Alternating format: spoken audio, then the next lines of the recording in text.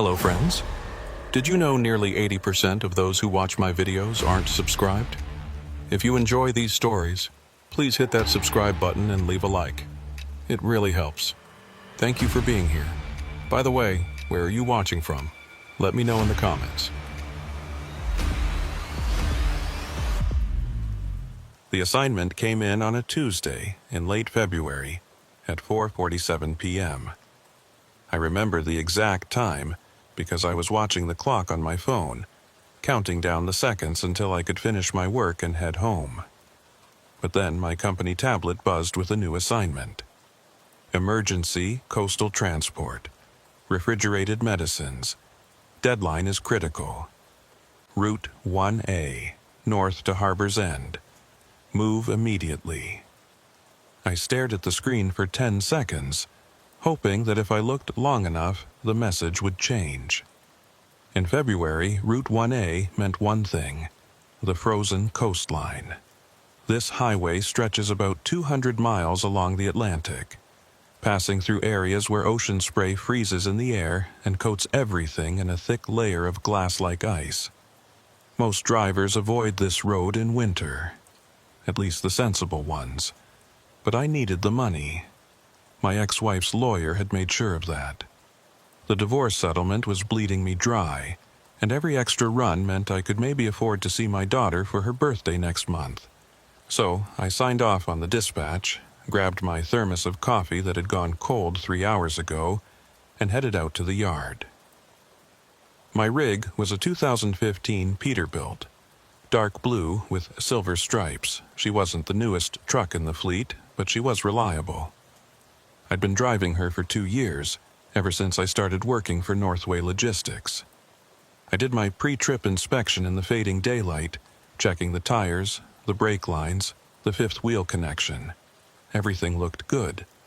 The refrigerated trailer was already loaded and hooked up, humming quietly as it kept whatever was inside at the required temperature.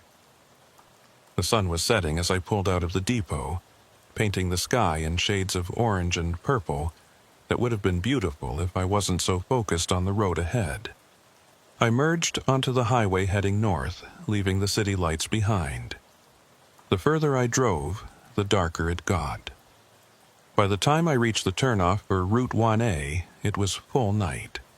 The temperature had dropped at least 15 degrees in the past hour. I could see it on the dashboard display, 18 degrees Fahrenheit and falling. The road ahead was empty, just 2 lanes of asphalt cutting through pine forests that seemed to press in from both sides. I flipped on the high beams and settled in for the long haul.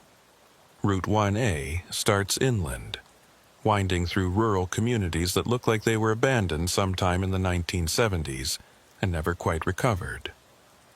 Boarded-up gas stations, churches with broken windows, the occasional house with a single light burning in the window, making me wonder who still lived out here and why.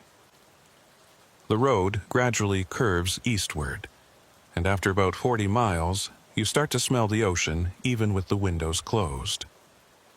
I'd driven this route twice before, both times in summer. During the day, it's actually beautiful in a harsh, unforgiving kind of way. Rocky cliffs dropping straight down to the water. Seabirds wheeling overhead.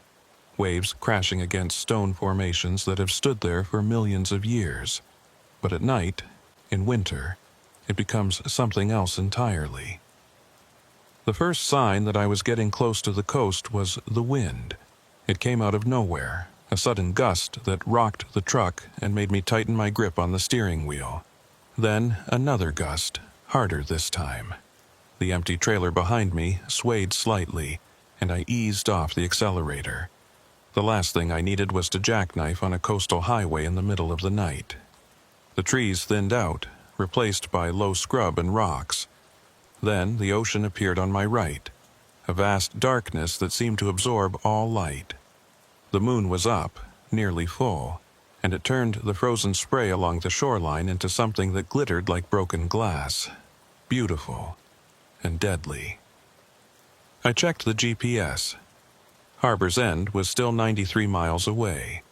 I had maybe 4 hours of driving ahead of me, assuming the weather held and the roads stayed clear.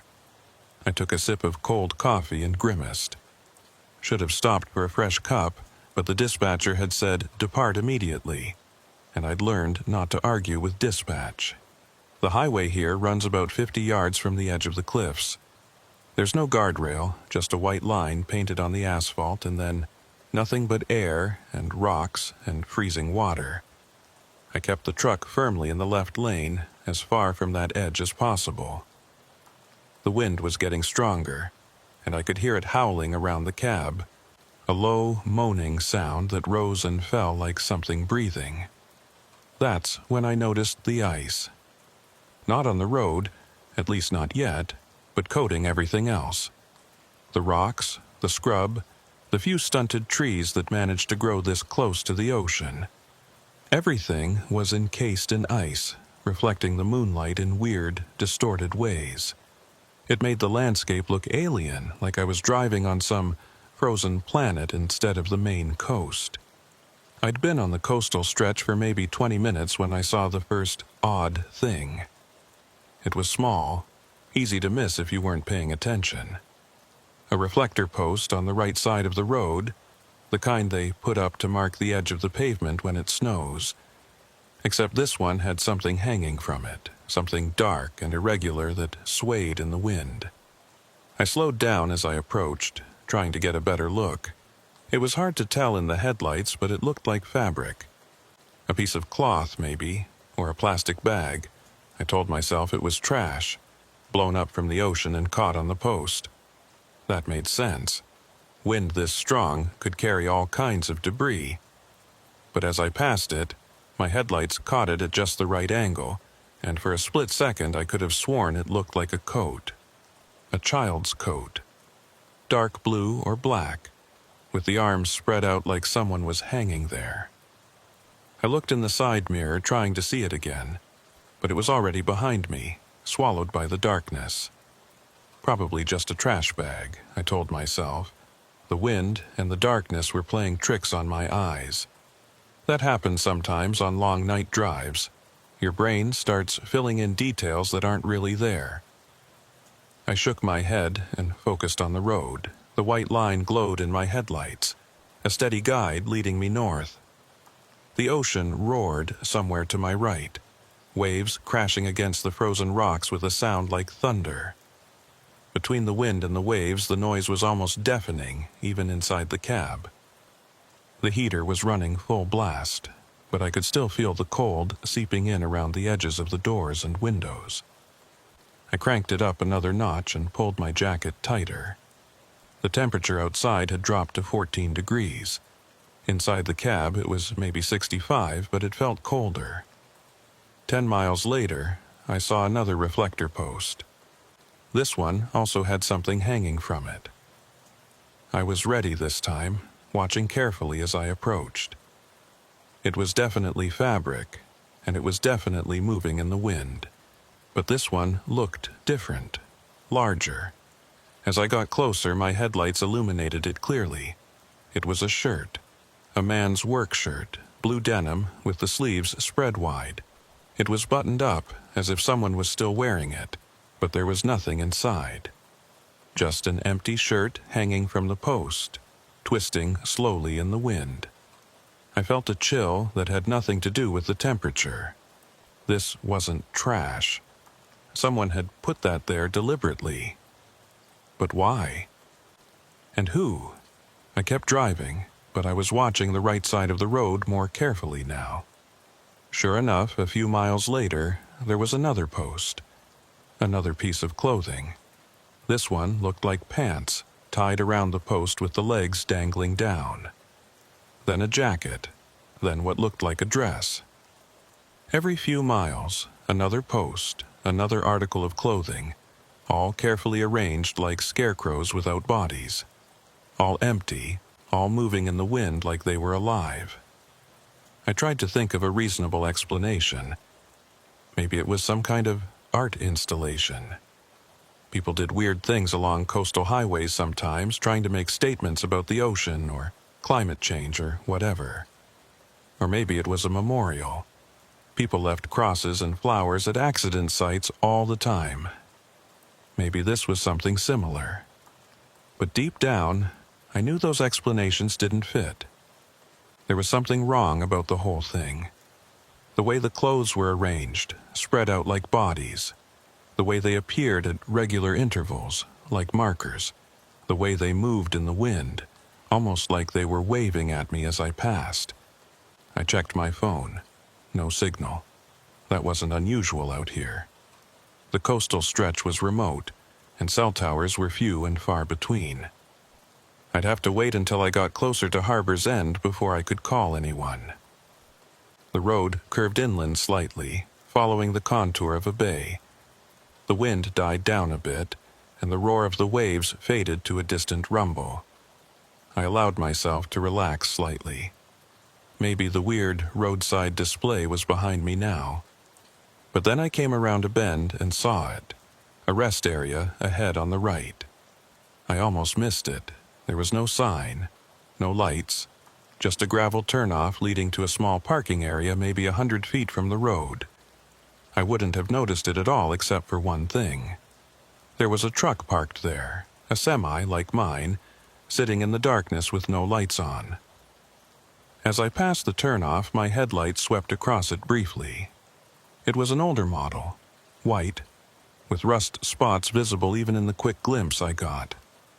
And it was covered in ice, thick layers of it coating the cab and trailer like it had been sitting there for weeks. I should have kept driving. Every instinct I had told me to keep my foot on the accelerator and put as much distance between myself and that frozen truck as possible. But I didn't.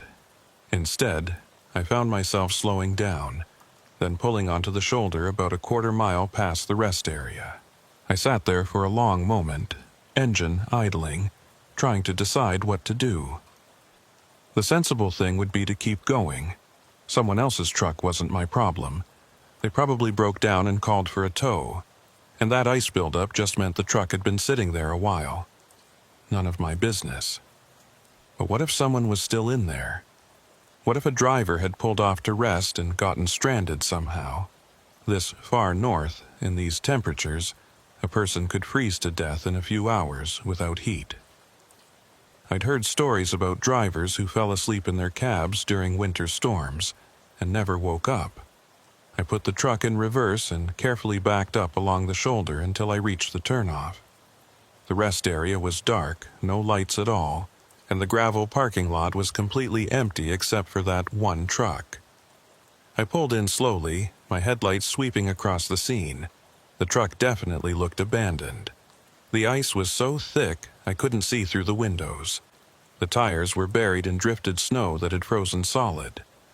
I parked about 20 feet away, leaving my engine running and my lights on, and grabbed my flashlight from under the seat. The cold hit me like a physical blow when I opened the door. The wind had picked up again, blowing straight off the ocean, and it carried tiny particles of ice that stung my exposed skin. I pulled my jacket hood up and clicked on the flashlight. Walking toward the abandoned truck felt wrong. Every step I took, some part of my brain was screaming at me to turn around and get back in my warm cab. But I kept going, my boots crunching on the frozen gravel. Up close, the truck looked even worse. The ice wasn't just coating it. It had formed strange patterns, like fingers or roots spreading across the metal. The driver's side door was slightly ajar, and a thin layer of snow had drifted into the gap. I reached for the handle. That's when I heard it. A voice, faint and distant, coming from somewhere behind the truck. It sounded like someone calling for help, but the wind distorted it, making it impossible to tell if it was male or female, or even human. It could have been the wind itself, moaning through some gap in the rocks along the coast. I stood there, frozen, listening. The sound came again, clearer this time. Help. Definitely a word. Definitely a voice. And it was coming from the ocean side of the rest area where the ground sloped down toward the cliffs. I pointed my flashlight in that direction, but the beam only penetrated about 30 feet into the darkness before being swallowed up. I could hear the waves crashing below, louder now, and the wind was howling like something alive. "Hello," I called out. My voice sounded small and weak against the roar of the elements. "Is someone there?" No response, just the wind and the waves and the creaking of ice-covered trees. I waited another minute, then turned back to the truck. The door was still ajar. I pulled it open, wincing as ice cracked and fell away. The interior was dark and empty, the seats covered in frost. No driver, no personal belongings, nothing that indicated anyone had been here recently. I was about to close the door when I noticed something on the passenger seat. A logbook, frozen, partially open. I reached in and carefully pried it loose from the ice. The last entry was dated January 15th, more than a month ago. The handwriting was shaky, hard to read, but I could make out a few words. "Can't find the road. Keep going in circles. The voices won't stop." A chill ran down my spine that had nothing to do with the temperature. I dropped the logbook back onto the seat and backed away from the truck. I needed to get out of here, now. As I turned toward my rig, I heard that voice again. "Help me." Closer this time, much closer, coming from right behind me. I spun around, flashlight raised like a weapon.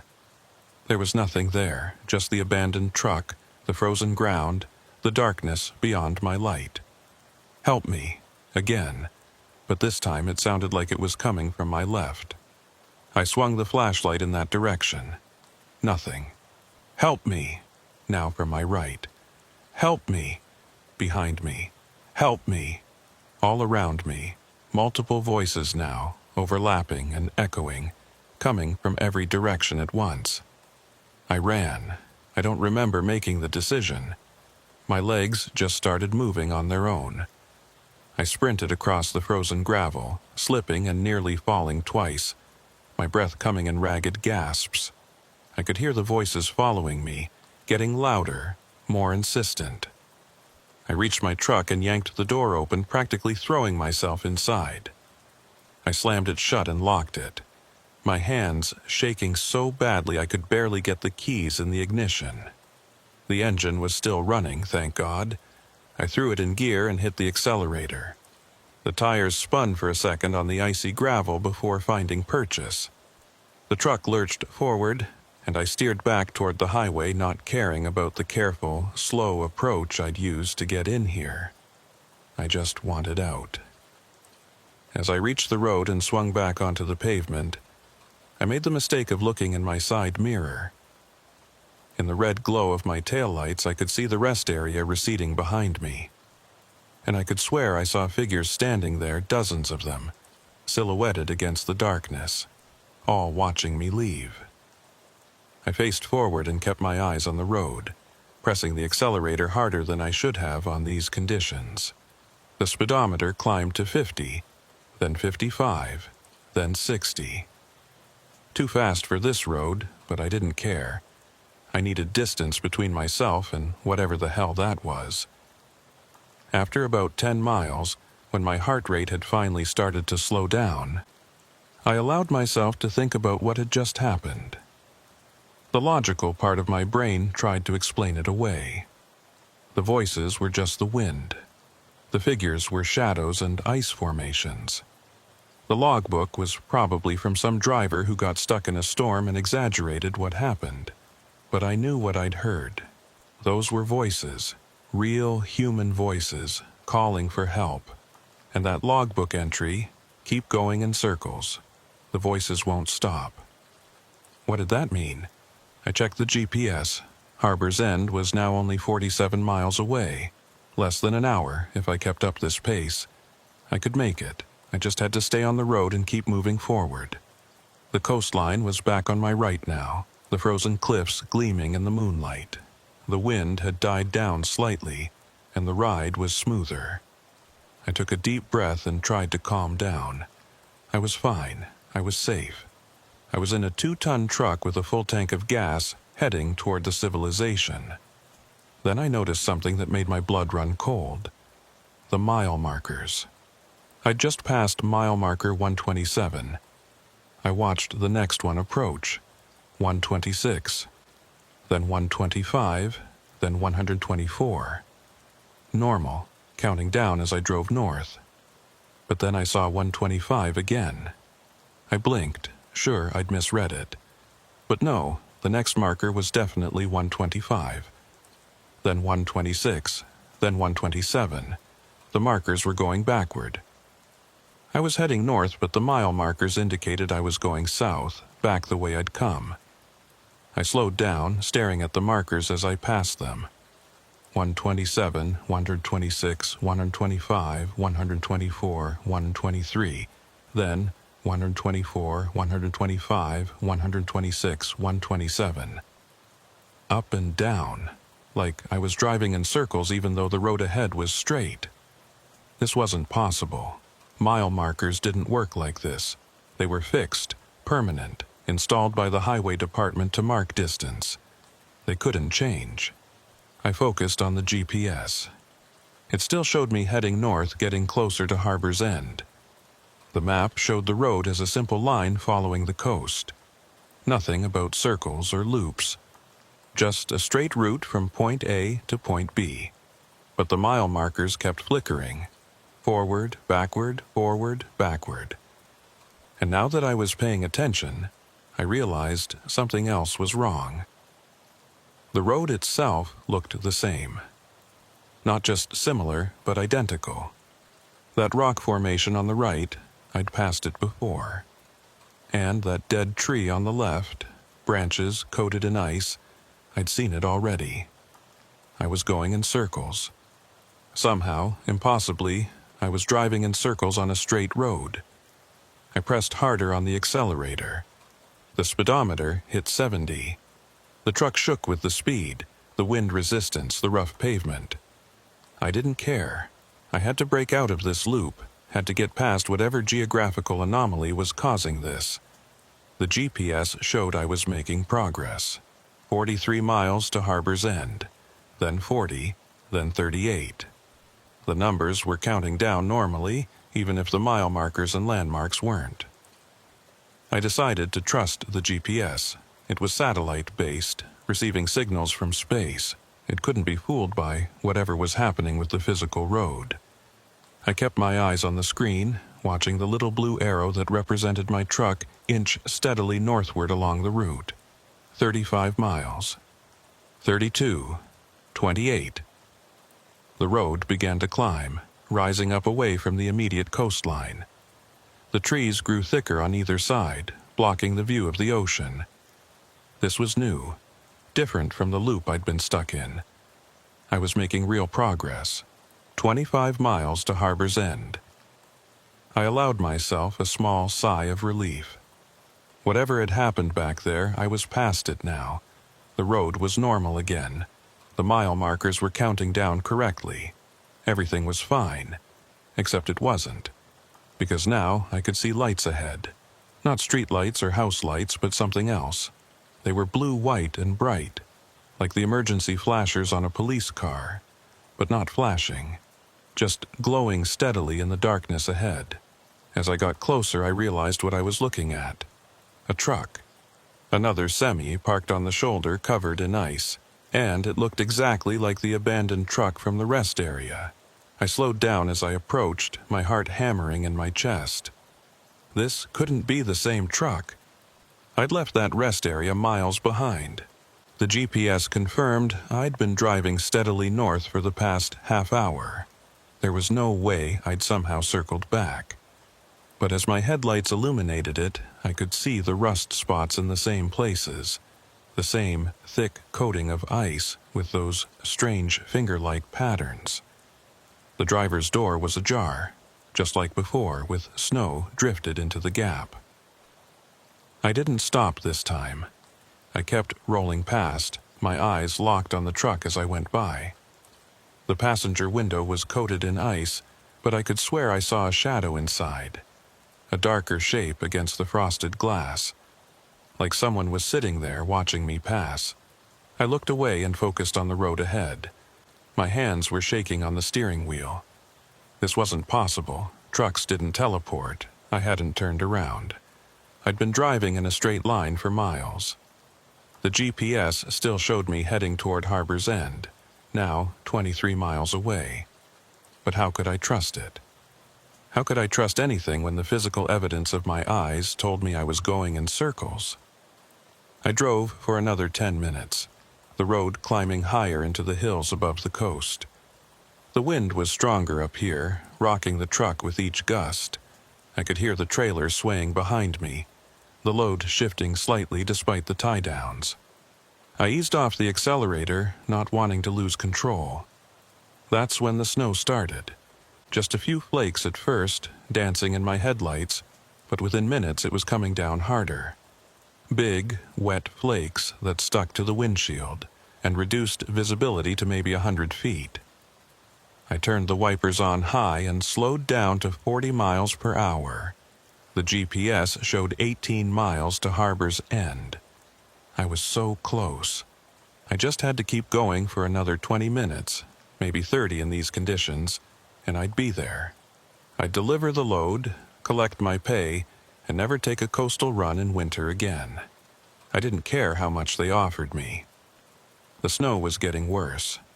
I could barely see the road now, just a vague white corridor between dark trees. The wind was howling and I could feel the truck being pushed sideways with each gust. I dropped my speed to 30, then 25.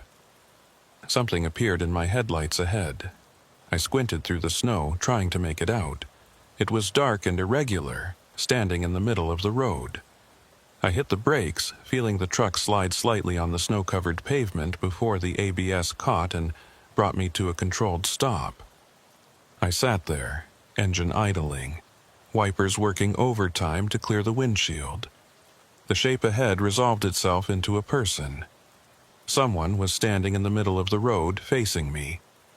They were wearing what looked like a long coat, dark-colored, and they weren't moving. Just standing there in the blowing snow like a statue. I honked the horn. 3 long blasts that echoed weirdly in the snow-muffled night. The figure didn't move. I honked again, leaning on it this time. Still nothing. Whoever it was, they either couldn't hear me or didn't care. I put the truck in park and left the engine running. I didn't want to get out, didn't want to leave the warm safety of the cab, but I couldn't just sit here all night, and I definitely couldn't drive around them. The road was too narrow, with trees pressing in on both sides. I grabbed my flashlight and opened the door. The wind nearly ripped it out of my hand. Snow immediately began accumulating on the seat. I stepped down onto the pavement, my boots sinking into about 2 inches of fresh powder. "Hey!" I shouted, my voice barely carrying over the wind. "You need to move." The figure didn't respond. I walked toward it, the flashlight beam bouncing crazily in the blowing snow. As I got closer, details became visible. The coat was old-fashioned, like something from the 1950s or earlier, and the person wearing it wasn't moving at all, not even swaying in the wind. I was about 20 feet away when I realized why. It wasn't a person, it was another piece of clothing, just like the ones I'd seen hanging on the reflector posts. This coat was much larger, heavier, and someone had stuffed it with something to make it stand upright. Sticks or branches, maybe, forming a rough skeleton inside the fabric. I lowered the flashlight, relief washing over me. Not a person. Just another weird roadside display. I could push it off to the side and keep going, but as I reached out to grab it, the coat moved. Not from the wind. This was different. The arms rose slowly, spreading wide like it was welcoming me into an embrace. And then it fell apart, collapsing in on itself as whatever was holding it up gave way. I jumped back, my heart racing. When I pointed the flashlight at the pile of fabric, I could see there was nothing inside. No sticks, no frame, nothing that could have made it stand up or move. Just an empty coat lying in the snow. I ran back to the truck, not caring how it looked, not caring about anything except getting away from that thing. I threw myself into the cab and slammed the door, breathing hard. Through the windshield, I could see the coat still lying in the road where it had fallen. I put the truck in gear and drove around it, giving it as wide a berth as the narrow road allowed. The tires spun slightly in the snow before catching. I accelerated carefully, climbing up through the gears, my eyes fixed on the road ahead. The GPS showed 14 miles to Harbor's End. 14 miles. I could do this. Whatever was happening out here, whatever weird art project or sick joke this was, I could survive 14 more miles. But the snow was getting worse. The visibility dropped to maybe 50 feet, then 40. I was crawling along at 20 miles per hour, hunched over the steering wheel, straining to see the road. The white line on the right was my only guide, a faint stripe that occasionally disappeared under drifted snow.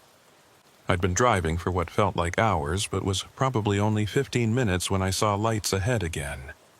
Red lights this time, tail lights. Another vehicle on the road. Relief flooded through me. I wasn't alone out here anymore. Someone else was crazy enough to be driving in these conditions. I accelerated slightly, trying to close the distance. Maybe we could convoy together, make the last few miles to Harbor's End safer. But as I got closer, I realized something was off. The vehicle ahead wasn't moving. The taillights were stationary, just glowing in the darkness like red eyes watching me approach. I slowed down, caution overriding my desire for company. As my headlights illuminated the vehicle, my stomach dropped. It was a semi, white, with rust spots, covered in ice, the same truck, again. But that was impossible. I'd passed it twice already, miles apart, and I hadn't turned around, hadn't made any turns at all. The road had been straight, just one continuous climb into the hills. There was no way I could have circled back to the same truck a third time. I stopped about 50 feet behind it and put the truck in park. My hands were shaking again, and I felt a pressure building behind my eyes like I was about to cry or scream, or both. This wasn't happening. It couldn't be happening. I looked at the GPS. It showed me 11 miles from Harbor's End, still on Route 1A, heading north. The little blue arrow representing my truck was in the right place, but the physical evidence said otherwise. I thought about the logbook I'd found in the truck the first time. Can't find the road. Keep going in circles. The voices won't stop. The voices. I hadn't heard them since the rest area, but now that I thought about it, I could hear something under the wind noise. A low murmuring, like multiple people talking at once, but too far away to make out words. I rolled down the window slightly, letting in a blast of cold air and snow. The murmuring got louder. It was definitely voices, dozens of them, maybe hundreds, all overlapping into a wall of sound that rose and fell like waves. I rolled the window back up, my heart pounding. This wasn't real. It couldn't be real. I was hallucinating, that was the only explanation. The long hours, the stress of the drive, the isolation. It was all catching up to me.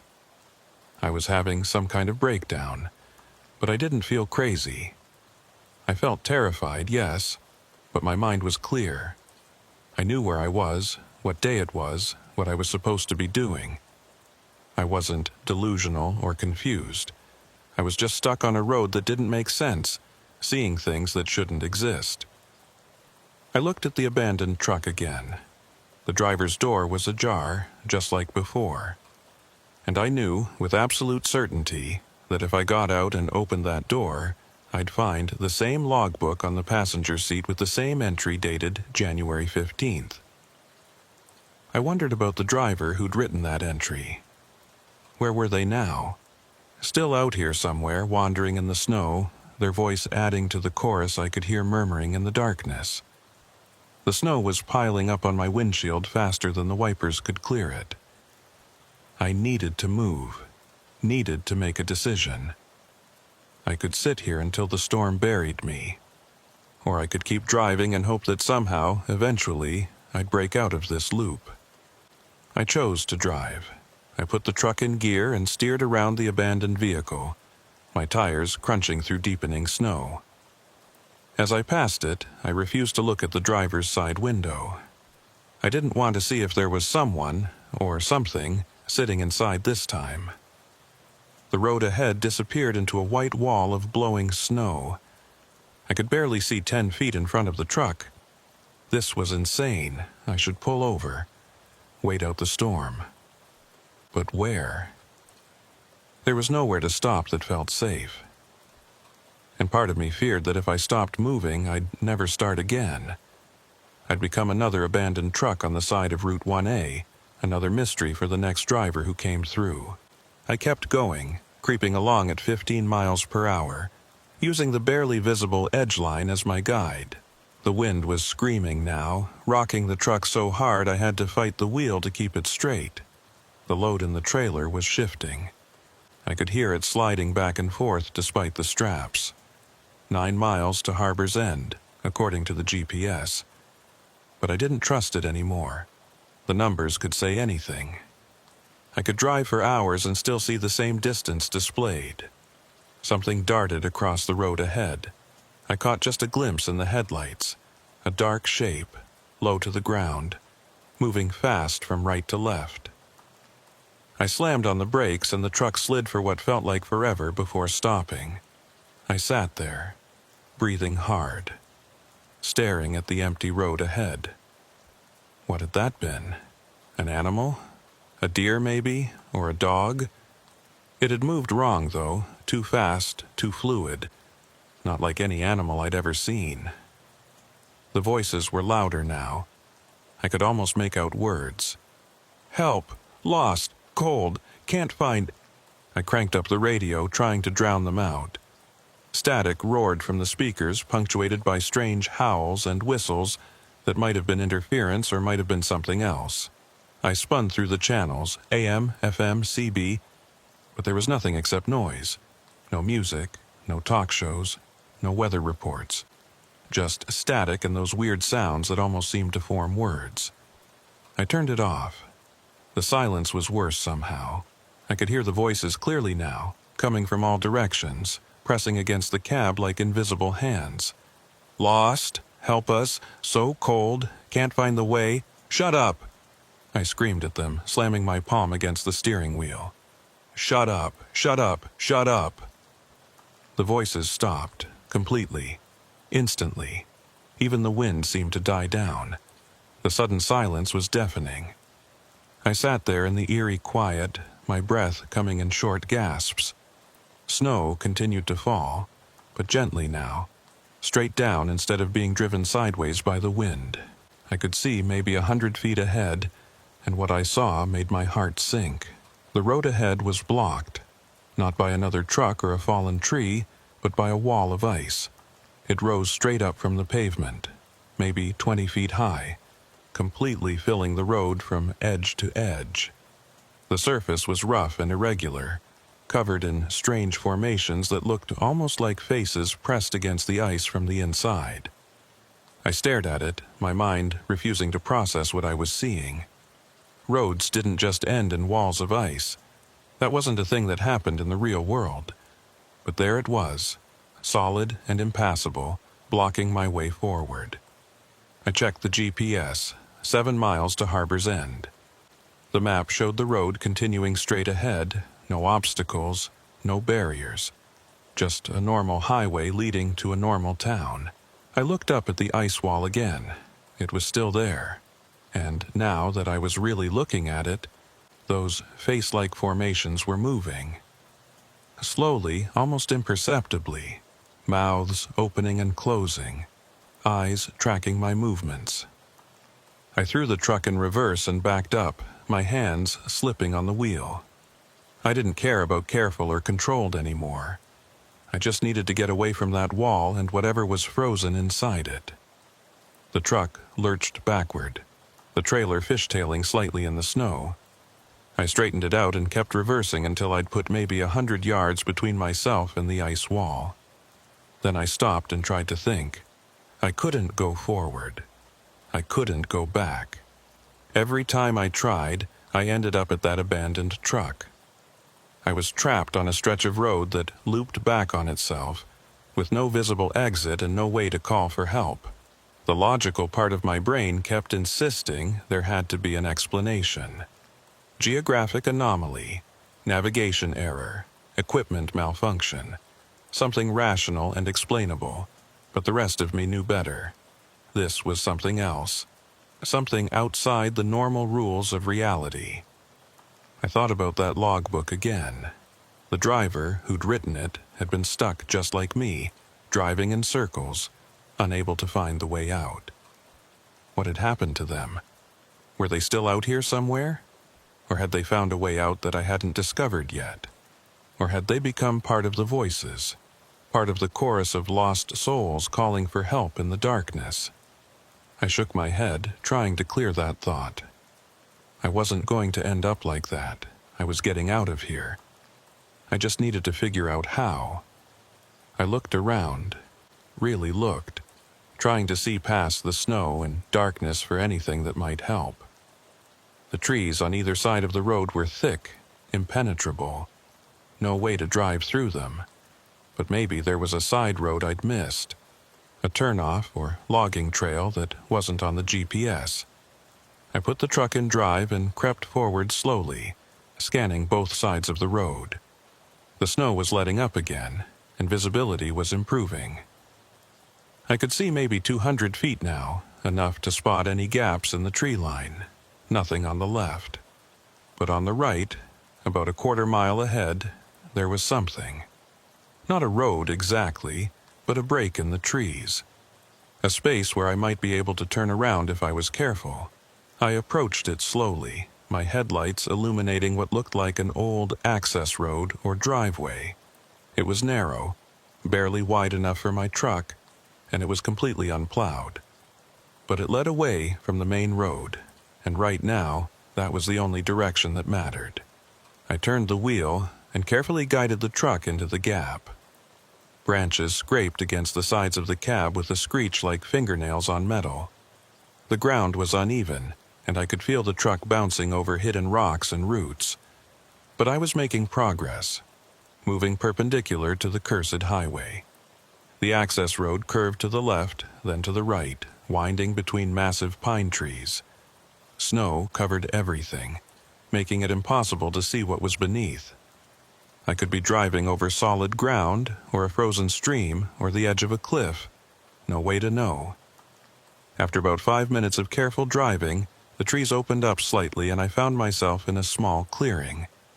And there, in the middle of that clearing, was a building. It was a house. Or it had been a house once. 2 stories, old colonial style, with a wraparound porch and dark windows that reflected my headlights like dead eyes. The paint was peeling, what little I could see of it under the layers of ice and snow. One of the porch posts had collapsed, leaving that section of the roof sagging at a dangerous angle. I sat in the idling truck, staring at the house, trying to decide what to do. Every instinct screamed at me to turn around and find another way out. But the clearing wasn't quite large enough for a full turn with the trailer attached, and backing up that winding access road in the dark seemed like a good way to crash into a tree. Besides, the house meant people had lived here once. And if people had lived here, there had to be a real road leading out. Maybe on the other side of the building, a proper driveway that connected to a different highway. A way out of this nightmare. I pulled forward slowly, circling around to the far side of the house. There was a road there, just barely visible under the snow. It was narrow, but looked passable. It led off into the trees, heading roughly northeast if I was reading the compass correctly. Hope flickered in my chest. This could be it. An escape route the GPS didn't know about because it was private property or unmaintained. I could follow it, get back to civilization, and never think about Route 1A again. But first, I needed to make sure. I needed to see where this road went before committing to it. If it dead-ended a mile up, I'd be stuck trying to back a 50-foot trailer through the woods in the dark. I put the truck in park but left the engine running. I'd just walk up the road a little way, scout it out, and come back. 5 minutes, 10 at most. I grabbed my flashlight and my phone, even though it still showed no signal, and stepped out of the cab. The cold was brutal. The wind had picked up again, driving snow into my face like needles. I pulled my hood tight and started walking up the road, sweeping my flashlight back and forth to make sure I didn't step into a ditch or hole. The road curved gently through the trees, and I followed it for maybe 200 yards. It was rough but seemed solid enough under the snow. No major obstacles, no washouts. I could probably drive it safely. I was about to turn back when I heard something that stopped me cold. A voice, calling from somewhere behind me. "Hello? Is someone there?" I spun it around, my flashlight beam cutting through the falling snow. There was nothing visible, just trees and darkness. But the voice came again, clearer this time. "Please, I need help." It was coming from the direction of the house. I hesitated, every nerve in my body telling me to run back to my truck and get out of here. But what if someone really was in trouble? What if someone had taken shelter in the abandoned house and needed help? I turned and headed back toward the clearing, my flashlight probing ahead. As I emerged from the trees, I could see the house more clearly. One of the upstairs windows had a faint light in it now, flickering like a candle.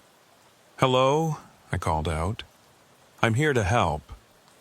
The light in the window moved, shifted, as if someone was carrying it from one room to another. Then it appeared in a downstairs window, and I could see a silhouette behind the glass. A person, definitely a person, waving at me. I approached the porch cautiously, my boots creaking on the old wooden steps. The front door was slightly open, swinging gently in the wind. I pushed it wider and stepped into a dark hallway. "Hello? Where are you?" The light appeared at the end of the hall, illuminating a doorway to what looked like a kitchen. I walked toward it, my flashlight beam bouncing off walls covered in peeling wallpaper and family photos in dusty frames. The faces in the photos seemed to watch me as I passed. I reached the kitchen doorway and looked inside. The room was empty. No light, no person, nothing. Just an old kitchen with a rusted stove and a table covered in debris. "Where are you?" I called again, louder this time. A creak from above. Footsteps on the second floor, slow and deliberate, moving from one end of the house to the other. I pointed my flashlight at the ceiling, tracking the sound. "I'm coming up," I announced, not sure why I felt the need to warn whoever it was. "Stay where you are." I found the stairs and climbed them carefully, testing each step before putting my full weight on it. Some of them groaned ominously, and one felt soft enough that I skipped it entirely. At the top was a landing with 4 doors, all closed. The footsteps had stopped. Everything was silent except for the wind rattling the windows. "Hello?" My voice echoed strangely in the enclosed space. One of the doors swung open slowly. Not from the wind, there was no draft up here. It just opened on its own, revealing a dark bedroom beyond. I approached it with my flashlight raised. The room was empty except for an old bed frame and a dresser with a cracked mirror. But on the floor, in the dust, I could see footprints. Fresh ones, made recently, leading to the window. I walked over and looked out. The window faced the clearing where my truck was parked, engine still running, headlights cutting through the snow. And standing next to my truck, looking up at the house, was a figure in a long dark coat. My blood ran cold. I was up here. No one had passed me on the stairs. So, who was that standing by my truck? As I watched, the figure raised one arm and pointed directly at the window I was looking through. Directly at me. I stumbled backward, nearly tripping over the footprints in the dust. I needed to get out of this house, get back to my truck, get the hell away from here. I ran for the stairs, taking them 2 at a time, not caring about the creaking or the soft wood. I burst through the front door and into the snow, sprinting across the clearing toward my truck. The figure by the truck didn't move. As I got closer, I could see it more clearly in my headlights. It was wearing the same kind of old-fashioned coat I'd seen standing in the road earlier. And it was completely still, not even swaying in the wind. I slowed down, circling wide to approach the driver's side door from an angle that kept the truck between me and the figure. I climbed into the cab and immediately locked the doors, my hands shaking so badly I could barely manage it. The figure still hadn't moved. I put the truck in gear and started rolling forward, heading for the road I'd scouted earlier. As I passed the figure, I made the mistake of looking at it directly. It had no face. Where the features should have been, there was just smooth, blank ice. And yet, I had the overwhelming sensation that it was watching me, tracking my movement with eyes that didn't exist. I pressed the accelerator, not caring about the careful approach anymore. The truck bounced over the rough ground, the trailer swaying wildly behind me. I reached the road and turned onto it, accelerating as fast as I dared in these conditions. In my side mirror, I could see the house and the clearing receding behind me. The figure was gone.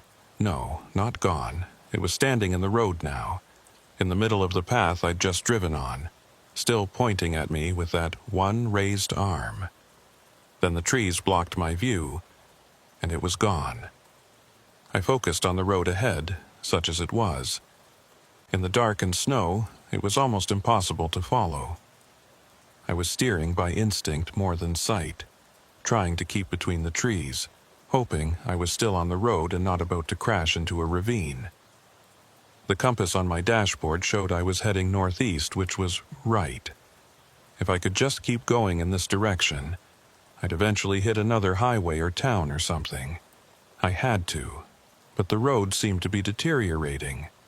What had been rough but passable was becoming nearly impassable. Rocks and roots protruded through the snow, jolting the truck with each impact. Branches scraped the sides constantly now, and I could hear the trailer hitting obstacles that I couldn't see. Then, without warning, the road just ended. My headlights illuminated a wall of trees ahead, packed so tightly together that even a person would have trouble squeezing through. I slammed on the brakes and stopped with the front bumper maybe a foot from the nearest trunk. I sat there, breathing hard, trying to process this. The road had led here. I'd been following it for nearly a mile. Roads didn't just end like this. There had to be a way through. I opened the door and got out with my flashlight, walking up to examine the trees. They were real, solid, ancient pines that must have been here for 100 years or more, and they formed an impenetrable barrier. There was no way my truck was getting through. I walked back along the road I'd come from, looking for any turn I might have missed, but there was nothing. Just one narrow track leading straight to this dead end. This didn't make sense. But then, nothing about tonight made sense. I was in a nightmare version of reality where roads looped back on themselves, houses had occupants that weren't there, and figures made of ice pointed at you with absent eyes. I got back in the truck and sat there, trying to think. I could reverse back the way I'd come, but that would take me past the house again, past that figure that had no face. The thought of it filled me with a dread so profound I could barely breathe. But what choice did I have? The road ahead was blocked. The only way out was back. I put the truck in reverse and started backing up, using my mirrors and the backup camera to navigate. The trailer made this incredibly difficult, especially in the dark with snow limiting visibility. I was moving maybe 5 miles per hour, constantly adjusting the wheel to keep from jackknifing. It took forever. Every minute felt like an hour, and all I could think about was what I'd find when I got back to the clearing. Would the house still be there? Would there be more figures waiting? Finally, I saw the clearing opening up ahead. I backed into it and stopped, my headlights sweeping across the scene as I straightened out. The house was still there, but it looked different. Older, more decrepit. Parts of the roof had collapsed, and several windows were broken. It looked like it had been abandoned for decades, not hours. And there were more figures now, dozens of them, scattered around the clearing, all wearing those long dark coats, all standing perfectly still, all facing my truck. I sat frozen in horror, my mind refusing to accept what I was seeing. Where had they come from? They hadn't been there before. The clearing had been empty except for that one figure. One of them moved, just a slight step forward, but in contrast to their previous stillness, it was shocking. Then another one moved, and another. Slowly, incrementally, they were all starting to move toward my truck. I threw it in drive and hit the accelerator, not caring that I was driving straight toward them. The truck lurched forward, picking up speed, and the figures didn't move out of the way. I was going to hit them, going to plow right through them, and part of me didn't care. But at the last second, they dispersed. Like smoke or fog, they just came apart, dissolving into the falling snow as if they'd never been solid at all. The truck passed through the space where they'd been standing, through wisps of cold mist that evaporated against the windshield. I kept going, bouncing back down the access road toward Route 1A. I didn't slow down, didn't look back. The branches tore at the truck and trailer, and I could hear things breaking and scraping, but I didn't care. I just needed to get back to the main road, to something familiar even if it was cursed. The access road seemed longer now, twisting and turning in ways I didn't remember from before. But eventually, I saw pavement ahead and burst out onto Route 1A in a spray of snow and gravel. I straightened the truck out and looked both ways. The abandoned white semi was nowhere in sight. The road ahead was empty, just snow and darkness and that endless white line leading north.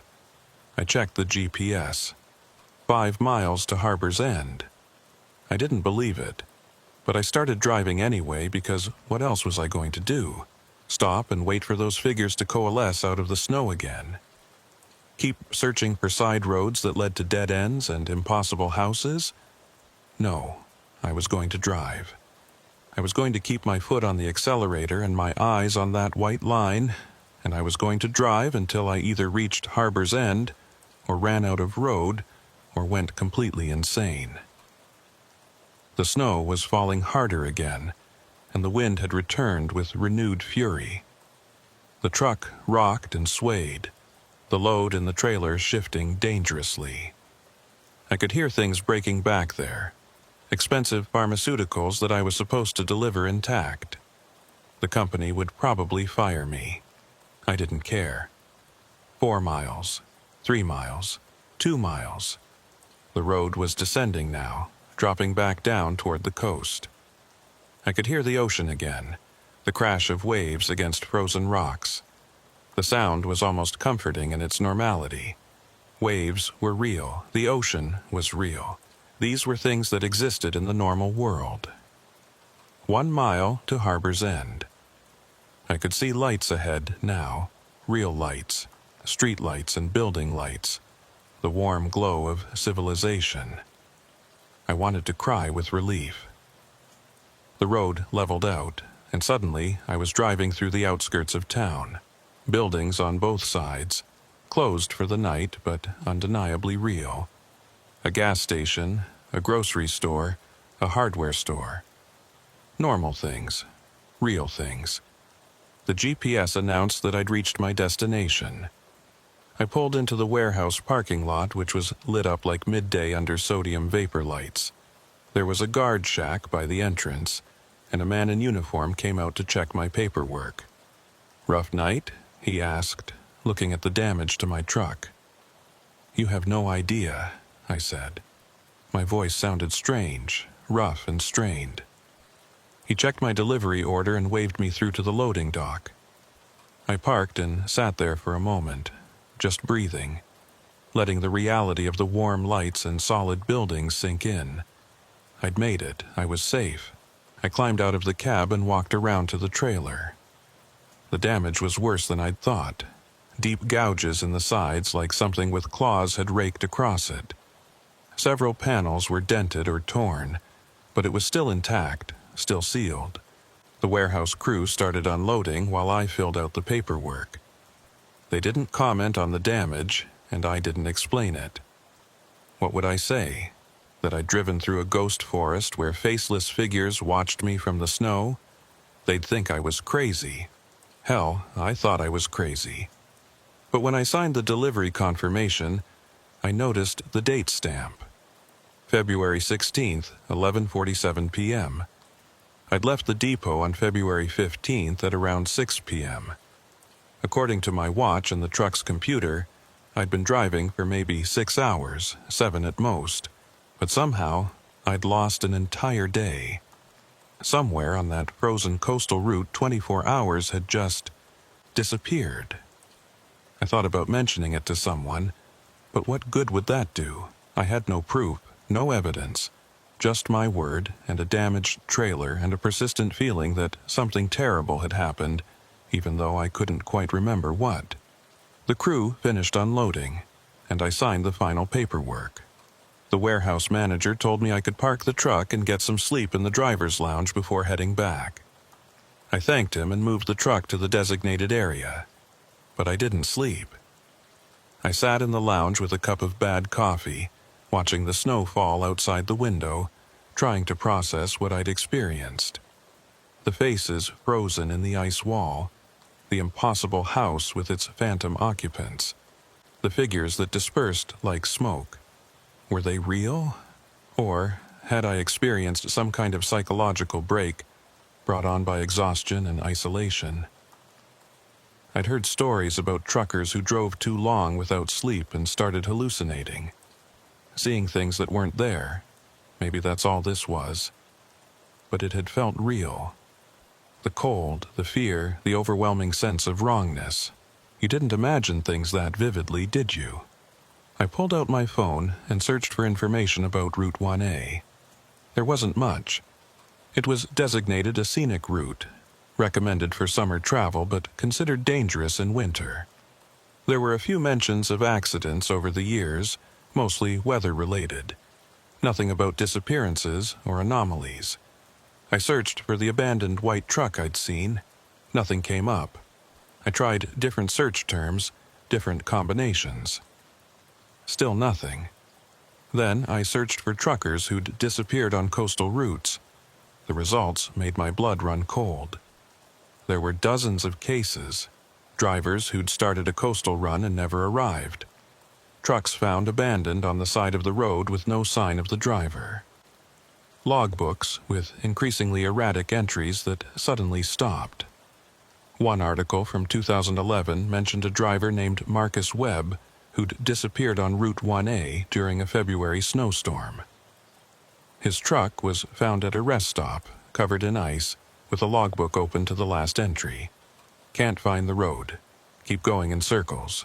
The voices won't stop. Webb, the same name that had been on the logbook I'd found. But this article was from 2011. The entry I'd seen was dated 2017, unless I'd misread the date. Unless my memory was playing tricks on me, scrambling details, trying to make sense of the impossible. I put my phone away and stared at my coffee. It had gone cold. I didn't remember how long I'd been sitting there. The warehouse manager poked his head into the lounge. "You okay, buddy? You look like you've seen a ghost." "I'm fine," I lied. "Just tired." "Get some rest," he said. "Storm's supposed to break by morning. You'll have clear roads back." Back. He wanted me to drive back down Route 1A. Back through whatever I'd escaped. The thought filled me with a terror so complete I couldn't breathe. "Is there an alternate route?" I asked, trying to keep my voice steady. "Maybe inland?" He shrugged. "Sure, but it'll add 3 hours to your drive. Company probably won't approve the extra fuel. I'll pay for it myself. I said. He gave me a strange look but didn't argue. Suit yourself, I'll write up the route for you. I waited while he printed out directions for an inland route that would take me south without touching the coast. It was longer, more complicated, passing through smaller towns and secondary highways, but it avoided Route 1A entirely. I thanked him and headed back to my truck. The snow had stopped and the sky was clearing. Dawn wasn't far off. I could see the first hint of gray on the eastern horizon. I did my pre-trip inspection, checking everything twice. The truck was damaged but roadworthy. I'd deal with the company's questions about it later. Right now, I just wanted to get moving. I pulled out of the warehouse lot and followed the manager's directions, heading west instead of south. Away from the coast, away from the ocean, away from Route 1A. As I drove, the sun started to rise, painting the sky in shades of pink and orange. Normal colors. Real colors. The world looked solid again. Ordinary. The nightmare of the previous night began to feel distant, like something that had happened to someone else. But I knew I'd never forget it. Never forget the sound of those voices calling for help. Never forget the figures without faces pointing at me from the snow. Never forget the feeling of being trapped on a road that looped back on itself, unable to escape. And I knew, with absolute certainty, that I'd never drive Route 1A again. Not in winter, not in summer, not ever. Whatever was out there on that frozen coastline, it could stay there without me. I got back to the depot 36 hours after I'd left. The company was pissed about the damaged trailer and the extra fuel costs, but they couldn't prove I'd done anything wrong. I told them I'd gotten caught in the storm and had to take an alternate route to avoid dangerous conditions. Which was true, technically. They docked my pay for the damages and put a note in my file. I didn't care. I was just glad to be back. Glad to be alive. Glad to be somewhere with other people and noise and normalcy. But I couldn't shake the feeling that something had followed me back. Nothing I could point to, nothing obvious. Just a persistent sense of being watched. Of shadows moving at the edge of my vision. Of voices murmuring just below the threshold of hearing. I started having trouble sleeping. Every time I closed my eyes, I was back on that road, driving through the snow, watching mile markers count backward. I'd wake up gasping, convinced I could hear waves crashing and wind howling. I saw a doctor. He prescribed sleeping pills and suggested therapy. I went to 3 sessions before giving up. How could I explain what I'd experienced? The therapist would think I was delusional. Hell, I thought I was delusional. But the dreams didn't stop, and they got worse. More vivid, more detailed. I started dreaming about the house in the clearing, walking through its rooms, finding things I hadn't seen during my brief time there. Messages scratched into walls. Names carved into floorboards. Dozens of names, maybe hundreds, all different drivers who'd taken the same route and never made it out. In the dreams, I could hear their voices clearly. They were the ones calling for help on that frozen road. They were the ones trapped inside the ice wall, pressing against it, trying to break free. They were the figures in the long coats, waiting in the snow, searching for someone to take their place. And every dream ended the same way. I'd be driving again on Route 1A, heading north toward Harbor's End. But this time, I wouldn't make it. This time, I'd become one of them. Another voice calling for help. Another figure standing in the snow, waiting for the next driver who made the mistake of stopping. I quit the company 3 months later.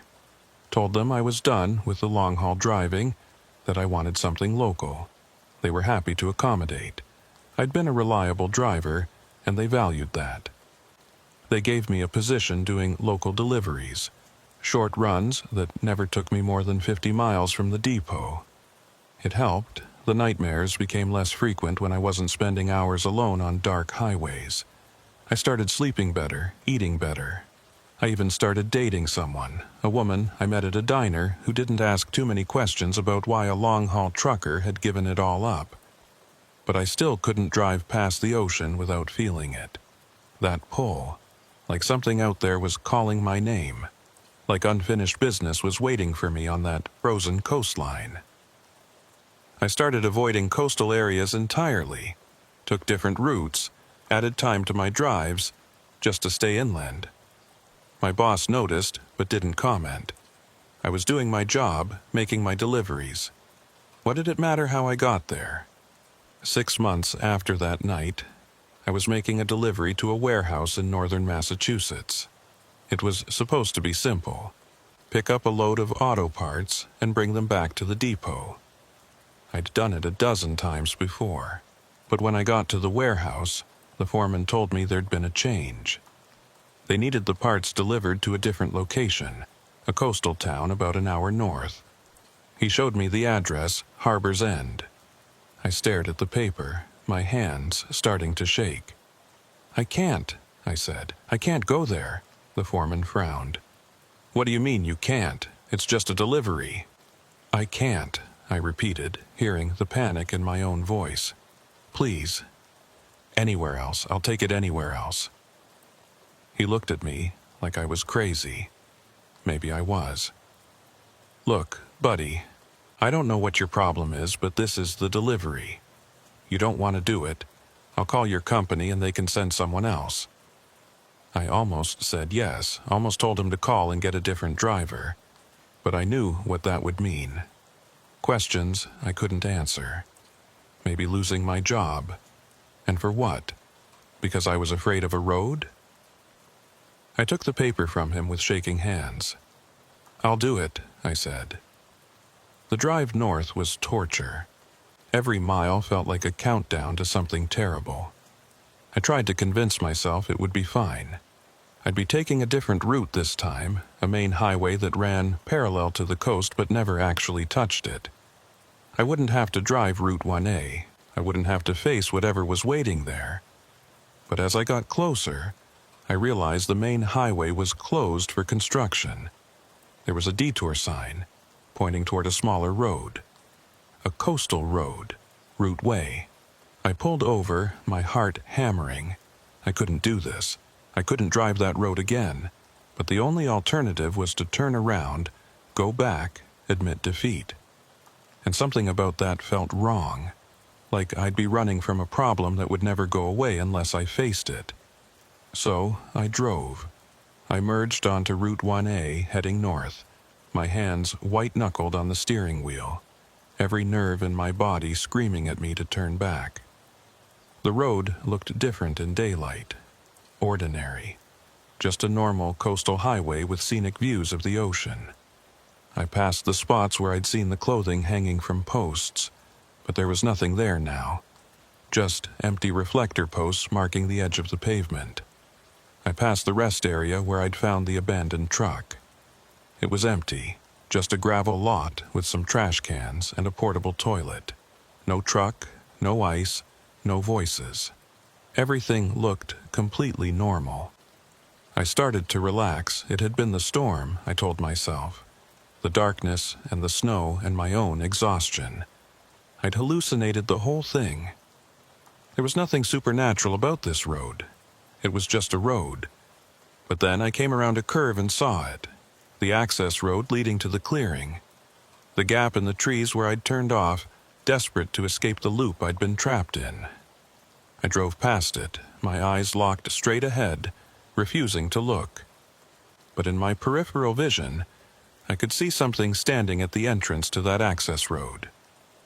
Something in a long, dark coat, pointing at me as I passed. I didn't slow down. I didn't look back. I just kept driving, my heart racing, my hands shaking. Harbor's End was only a few miles ahead. I could make it. I could deliver the load and get the hell out of here and never come back. The town appeared ahead, exactly as I remembered it. The warehouse was easy to find. I pulled in, made the delivery, signed the paperwork. The whole process took maybe 20 minutes, and then I had to drive back. I sat in the parking lot for a long time trying to work up the courage. The sun was setting. In another hour, it would be full dark, and I knew with absolute certainty that driving Route 1A at night was a very bad idea. I called my boss and told him I needed to stay overnight, that the delivery had taken longer than expected. He wasn't happy, but he agreed. I found a cheap motel on the edge of town and checked in, grateful for the fluorescent lights and thin walls and sounds of other people moving around. I didn't sleep. I lay in bed, staring at the ceiling, listening to the ocean in the distance. Somewhere out there on that frozen coastline, something was waiting. I could feel it, like a pressure at the back of my skull. Morning came eventually. I checked out of the motel and got back on the road, heading south on Route 1A in the early dawn light. The ocean was calm, almost peaceful. The sky was clear. Everything looked normal and safe and ordinary. I made it about 20 miles before I saw them. Figures standing at the side of the road, dressed in long, dark coats, perfectly spaced at regular intervals. I counted 11 of them before I stopped counting. They were all facing the road, all watching as I drove past. And though I couldn't see their faces clearly at this distance, I knew what I would find if I stopped and looked closely. Nothing. Just blank ice where their features should be. I kept driving, fighting the urge to speed up, to run. They couldn't hurt me as long as I stayed on the road, as long as I kept moving. That's what I told myself. But one of them moved. As I passed, it turned its head to follow my progress. Then another one moved, and another. By the time I was past them all, they were all turned around, all watching me drive away. In my rearview mirror, I could see them starting to walk. Not toward me, but in the same direction I was traveling. Following me. Matching my speed even though I was doing 60 and they were on foot. I pressed the accelerator harder. 70, 80. The truck wasn't designed for this kind of speed, especially not on these roads, but I didn't care.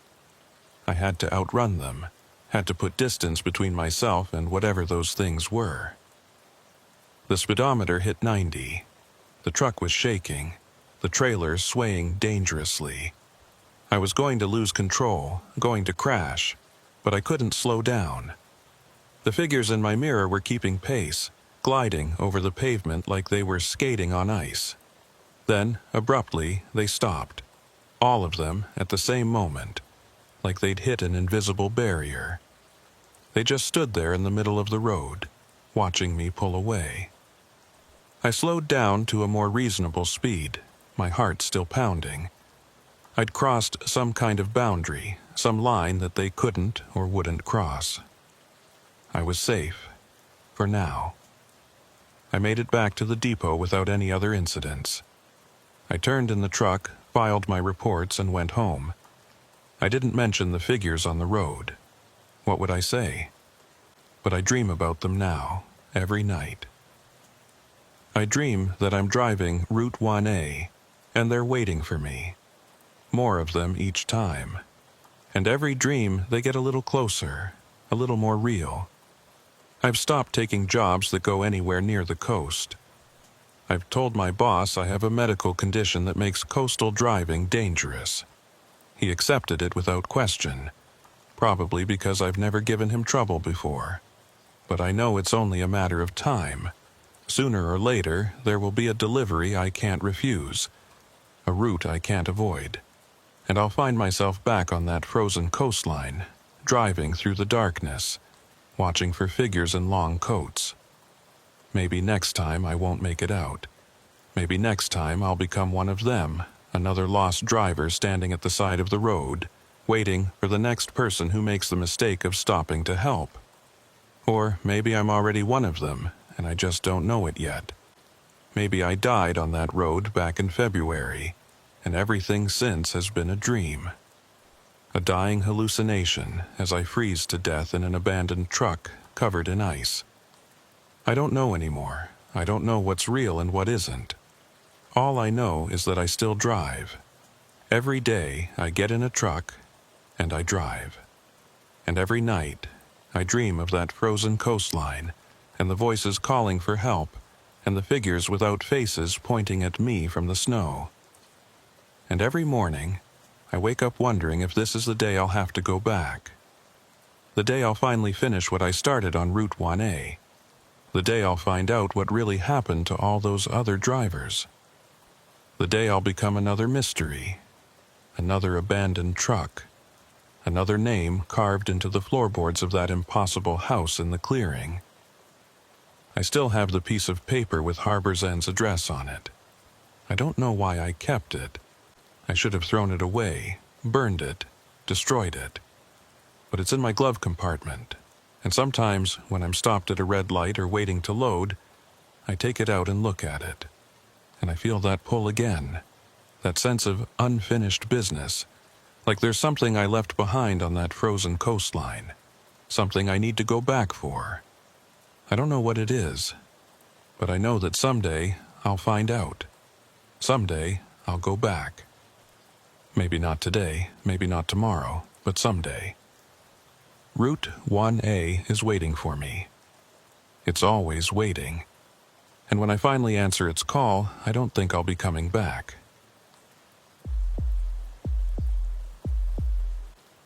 I've been hauling freight up and down the East Coast for nearly 12 years now, and in that time, I've learned to trust my instincts. When something feels wrong, it usually is wrong. That's a lesson you learn quick in this business, or you don't last long. This particular run started normal enough. It was early October, that time of year when the coastal weather can't decide if it wants to be summer or fall. I was driving a load of construction equipment from Portland down to a job site in Kittery, nothing special.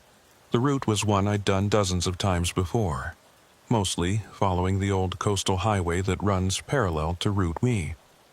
I left Portland around 3 p.m., planning to make the delivery by 6 and be home in time for dinner. My wife had been on me about missing too many family meals, and I'd promised her I'd make this one. The load was secured, the truck was running smooth, and I had a full tank of diesel. Everything was perfect. The first hour passed without incident. The weather was clear, temperature in the low 60s, light traffic. I had the windows down and the radio playing classic rock, just cruising along and enjoying the ride. This was the part of the job I actually liked, when everything was going right and you could just focus on the road ahead. Around 4:30, I started looking for a place to grab coffee. There's a truck stop I usually hit about 40 miles south of Portland, right off the highway. Good coffee, clean bathrooms, and they don't give you grief about parking. But when I got there, the place was packed. Every parking spot taken, trucks lined up 3 deep at the fuel pumps. Some kind of convention or something must have been in town. I decided to skip it and push on.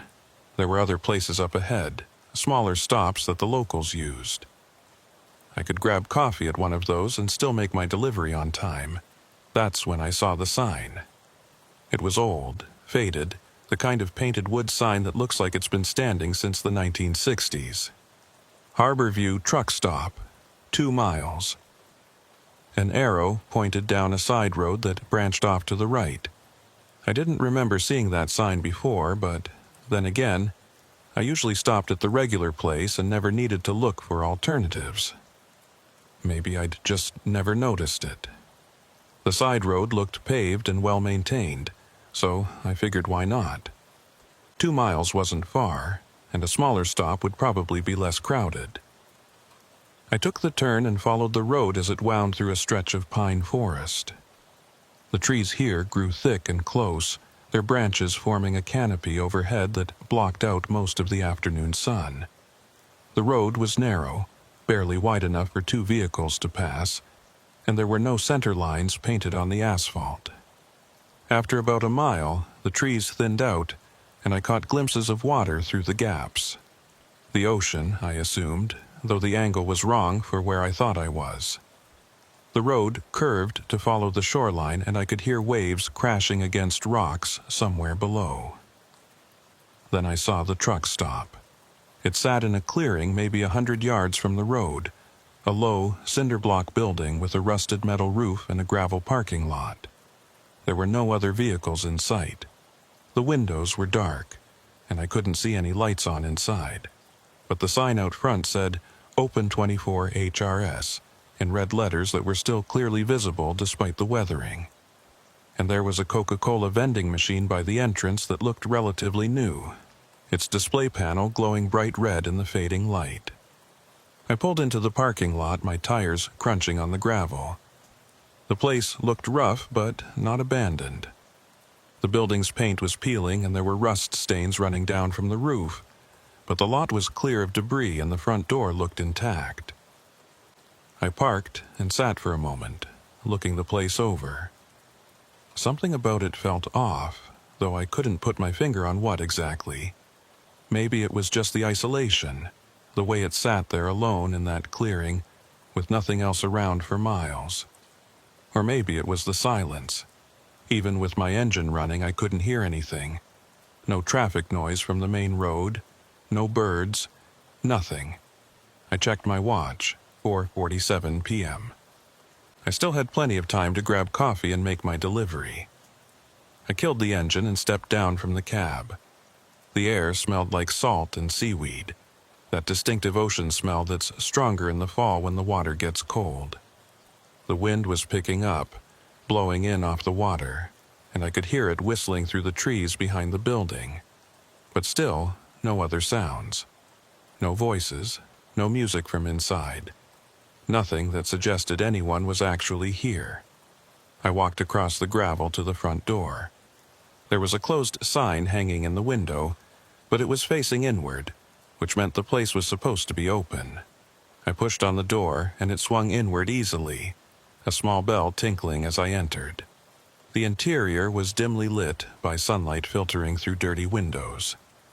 It was a typical truck stop layout. A small convenience store area with a few aisles of snacks and supplies, a counter with an old cash register, and a coffee station along the back wall. Everything looked old but functional, like it had been here for decades without much updating. But something was wrong with the details. The merchandise on the shelves was arranged too neatly, too perfectly.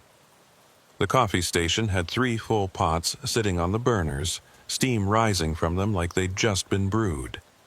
The lights were off, but the coffee makers were on. "Hello?" I called out. My voice echoed strangely in the empty space. "Anybody here?" No response. I waited, listening, but there was no sound of movement from the back rooms. Nobody was here. The place was completely empty.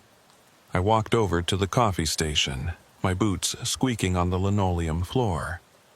The coffee in the pots looked fresh, and when I held my hand over one of them, I could feel heat radiating from the burner. Someone had been here recently. They had to have been. I looked around for a bell or button to call for service, but there was nothing. The counter was empty except for the cash register and a small display of lighters and air fresheners. Behind it, I could see a doorway leading to what looked like a back office or storage area. "Hello," I called again, louder this time. "Anyone back there?" Still nothing.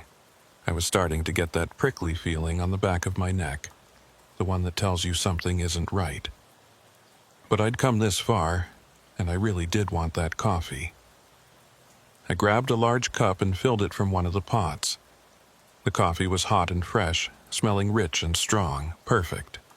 I carried it to the counter and waited, expecting someone to emerge from the back. After a full minute of standing there, I called out one more time, "I need to pay for this coffee." Silence. I set a $5 bill on the counter, way more than enough for a cup of coffee, and turned to leave. That's when I noticed the logbook sitting on the counter next to the register. It was open to a page dated today, October 14th.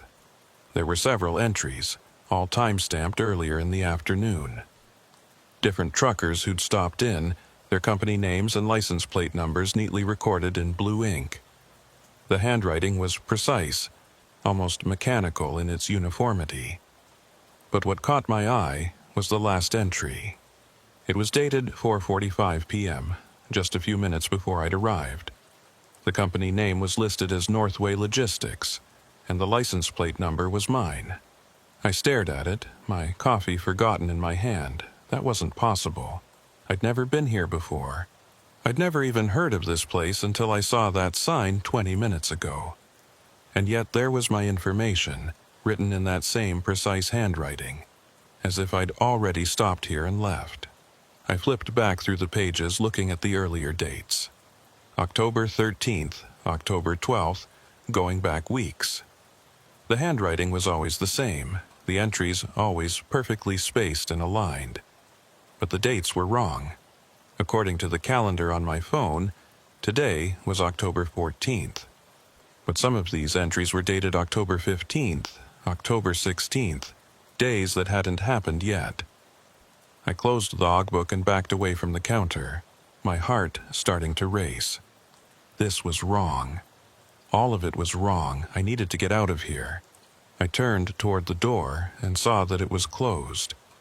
I didn't remember closing it. I'd pushed it open when I came in and left it that way. But now it was shut tight, and through the window I could see that the closed sign was facing outward. I walked over and tried the handle. It turned, but the door wouldn't budge. It felt like something was pushing against it from the outside, holding it shut. I put my shoulder into it and shoved, and suddenly it flew open so fast I nearly fell out onto the gravel. I caught myself and looked back at the building.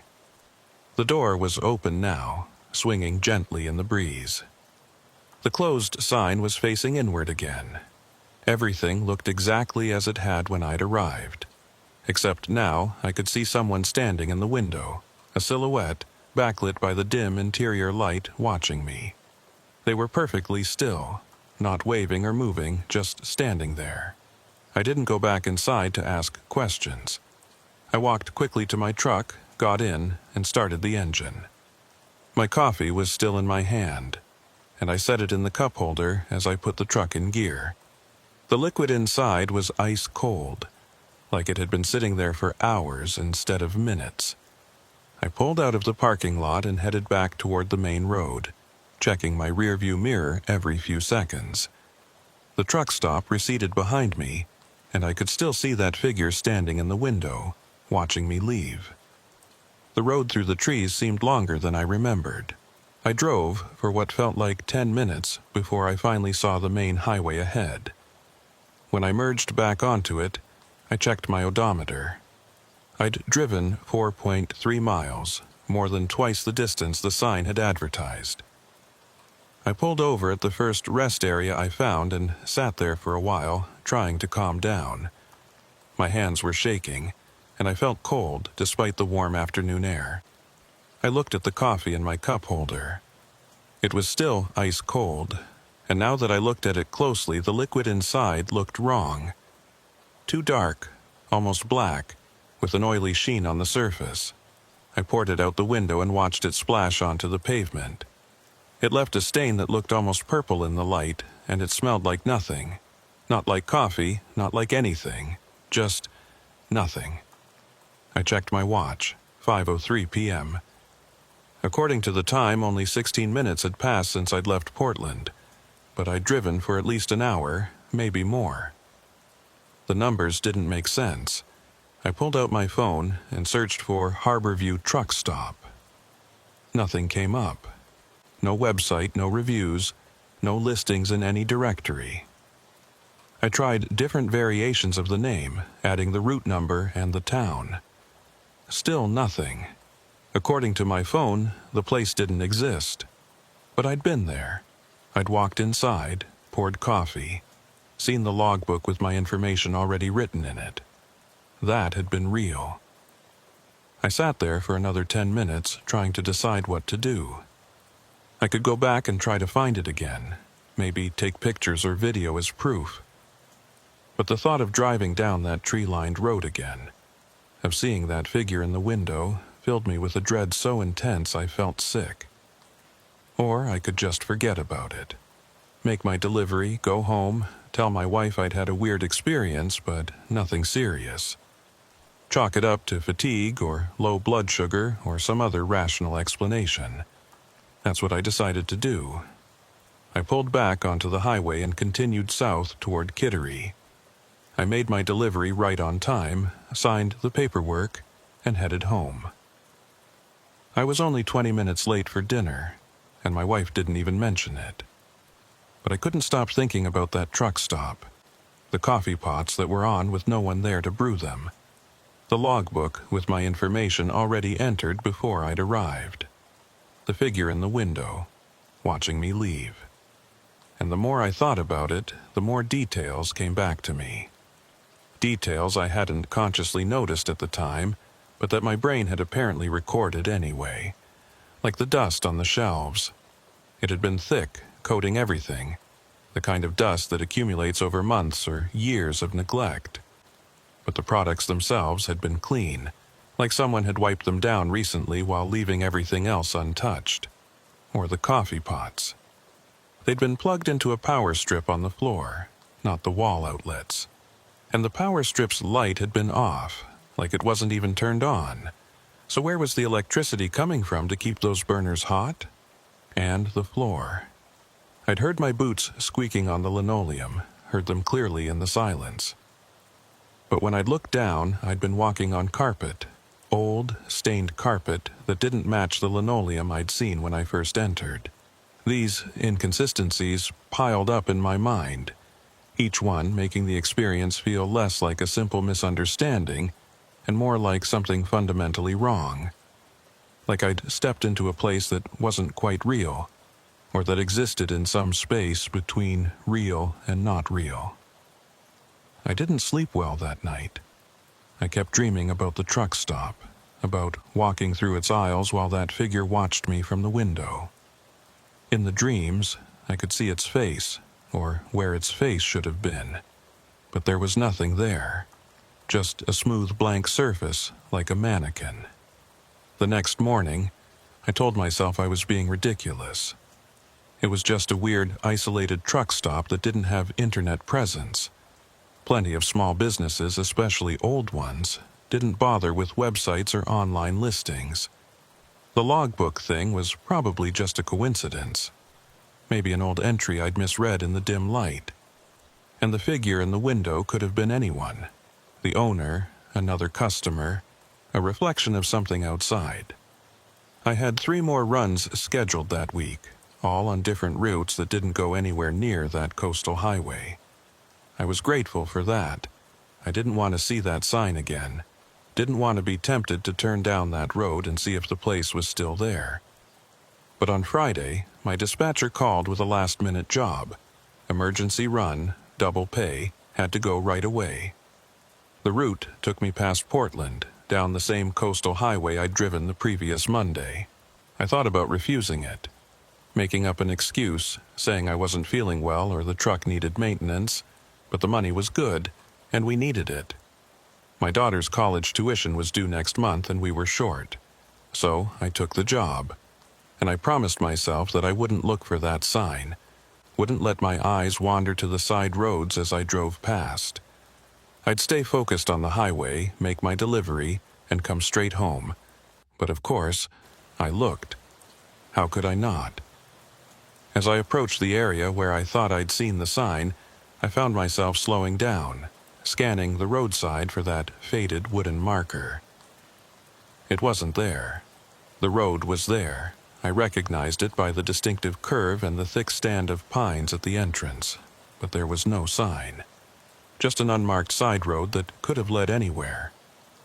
I should have kept driving. Every rational thought in my head told me to keep going, to not turn down that road, to not look for something I'd be better off never finding. But I turned anyway. I don't know why. Curiosity, maybe. Or some compulsion I couldn't name. I just knew I had to see if it was still there, if any of it had been real. The road looked the same, winding through the trees, narrow and dark even in the midday sun. I drove slowly, watching the odometer, counting off the miles. 1 mile, 2 miles. The trees began to thin, and I could see water through the gaps.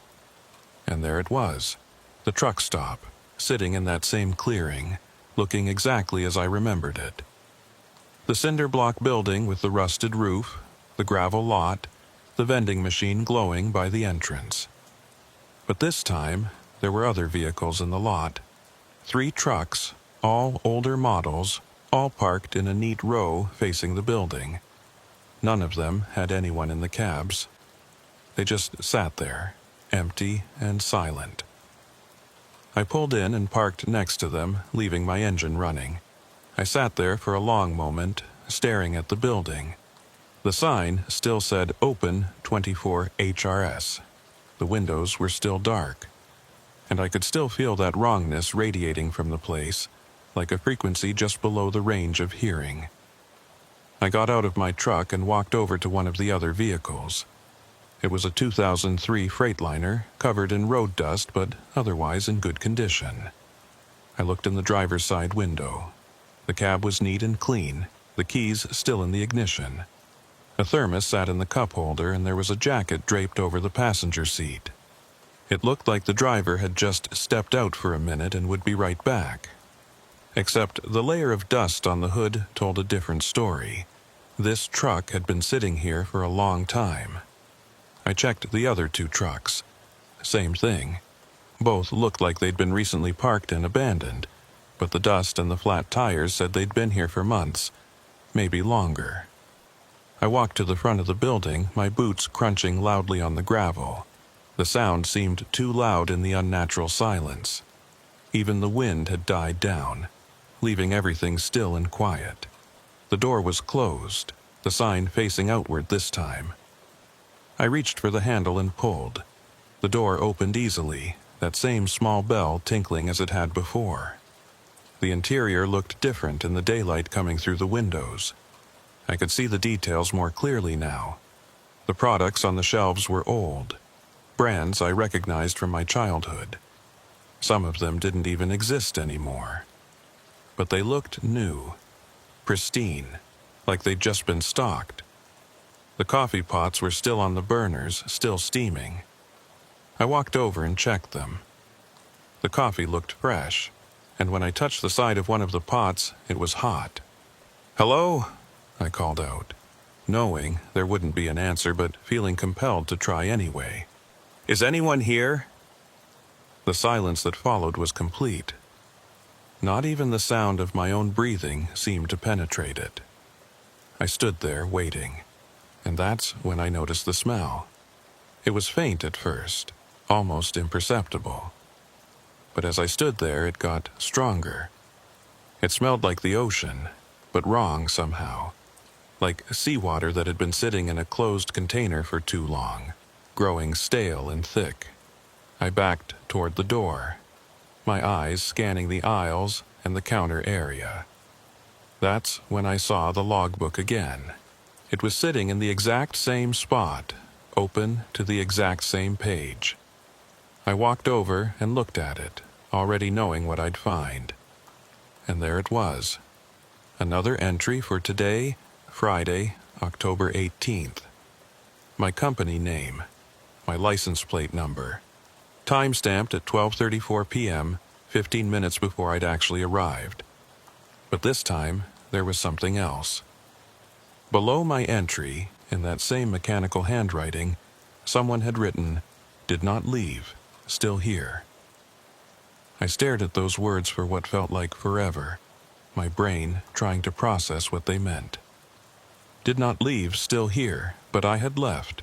I'd driven away on Monday, made it home safely, lived 4 normal days since then. I wasn't still here. Unless this entry wasn't about me, unless it was about someone else who'd stopped here. Someone who matched my vehicle description. Someone who hadn't made it out. I flipped through the logbook again, going back through the pages. The entries went back for months, maybe years. Hundreds of trucks, all listed with the same precise detail. Company names I recognized, some I didn't. License plates from states all across the country, and under many of them in that same handwriting, "Did not leave, still here." I counted them as I flipped through. 47 entries with that notation. 47 trucks that had supposedly never left this place. I thought about the 3 trucks sitting in the parking lot outside. Where were the other 44? A sound from the back of the building made me jump. It was faint, barely audible, but definitely real. A scraping sound like something being dragged across a floor. "Hello?" I called out, my voice shakier than I wanted it to be. "Is someone back there?" The scraping stopped. Then came footsteps, slow and deliberate, coming from the back room toward the front counter. I backed away, putting the counter between myself and whatever was coming. A door I hadn't noticed before swung open, and a man emerged.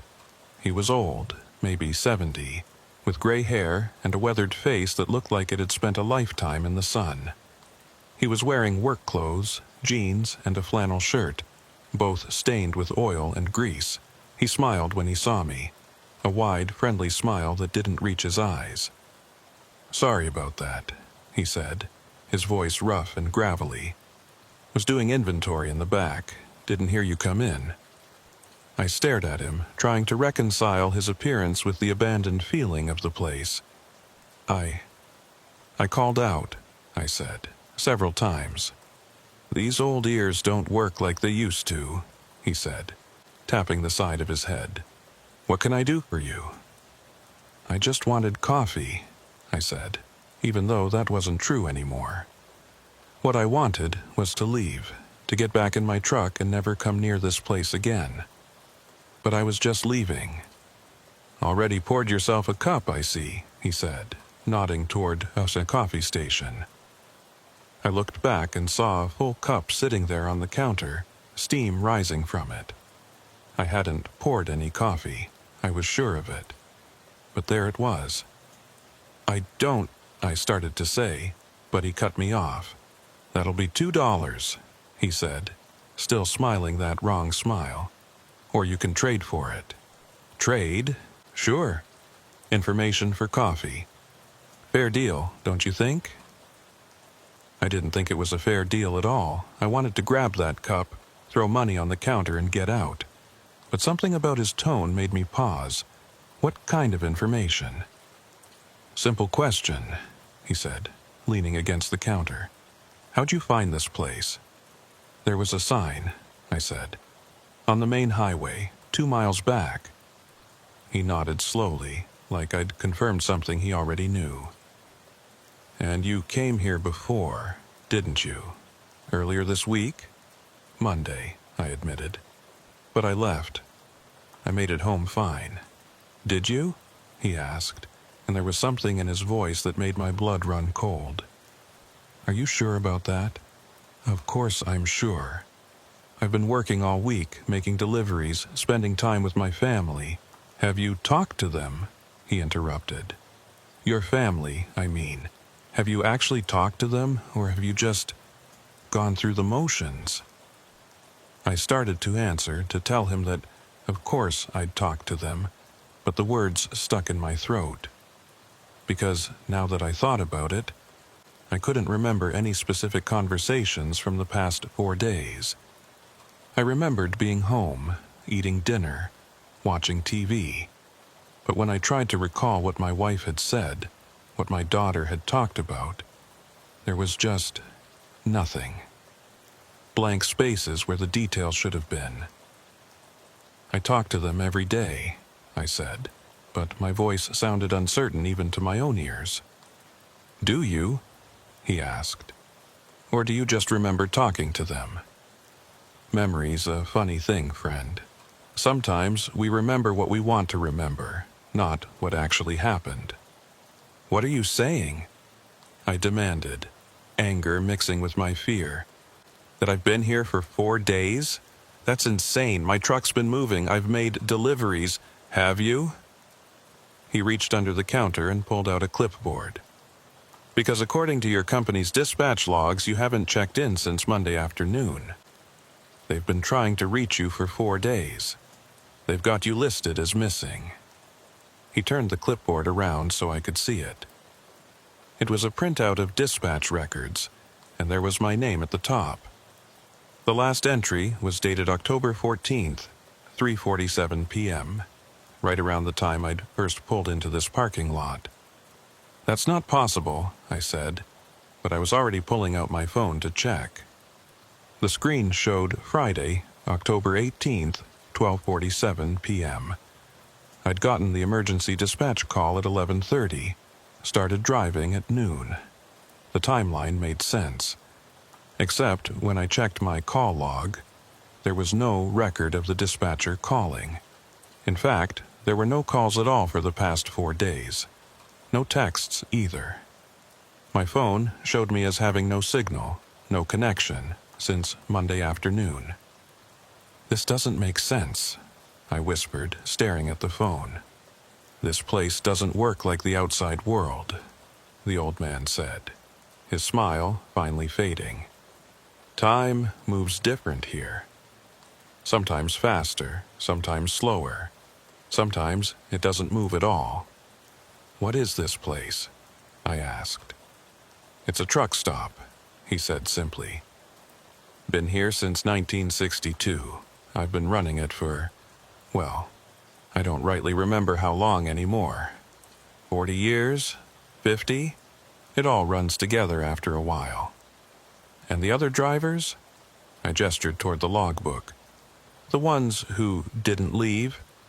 "They're still here," he said. "Most of them, anyway. Some figured it out eventually, found their way back out. But most of them—" He trailed off, looking past me toward the windows. "Most of them are still looking." I followed his gaze and saw them. Figures moving in the tree line beyond the parking lot, barely visible in the shadows. They moved slowly, purposefully, like they were searching for something they'd lost. "What are they looking for?" I asked, though I already knew the answer. "The way out," he said. "They know the road's there somewhere. Know it has to be. But every time they find it, it just leads them back here. After a while they stop trying. They just wander, waiting." "Waiting for what?" "For someone to take their place, I suppose. That's how it works. Someone comes in, someone gets to leave. The place needs to stay balanced." He looked at me appraisingly. "You came back on your own. Most don't do that. Most run away after the first visit and never return. But you came back." "I wanted to see if it was real," I said. "And now you know it is. Question is, what are you going to do about it?" I looked at the logbook, at all those entries marked "Did not leave," "Still here." Then I looked at the coffee cup sitting on the counter, still steaming despite having been there for several minutes. And I looked at the old man, who'd been running this place for decades, and didn't seem bothered by any of it. "I'm going to leave," I said. "I'm going to get in my truck and drive away, and I'm never coming back."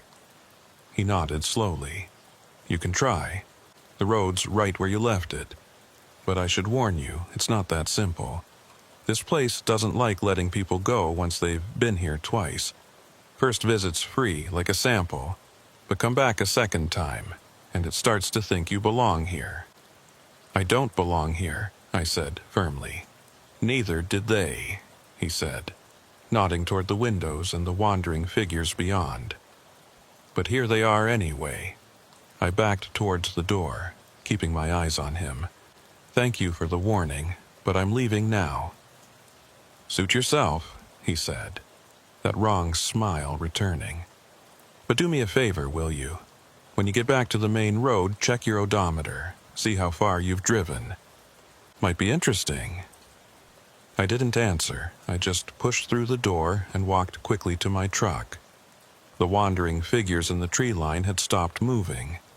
They were all turned toward me now, watching. I couldn't see their faces clearly, but I could feel their attention like a physical weight. I climbed into my truck and started the engine.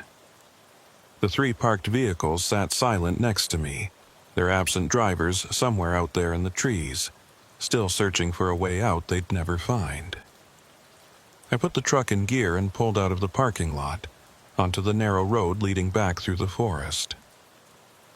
In my side mirror, I could see the old man standing in the doorway of the truck stop, watching me leave. He raised one hand in a lazy wave. I focused on the road ahead, on the tunnel of trees that seemed to close in tighter with each passing second. The branches overhead blocked out most of the sunlight, turning midday into twilight. I turned on my headlights and kept driving. 1 mile, 2 miles. The trees seemed to go on forever, thick and dark and unchanging.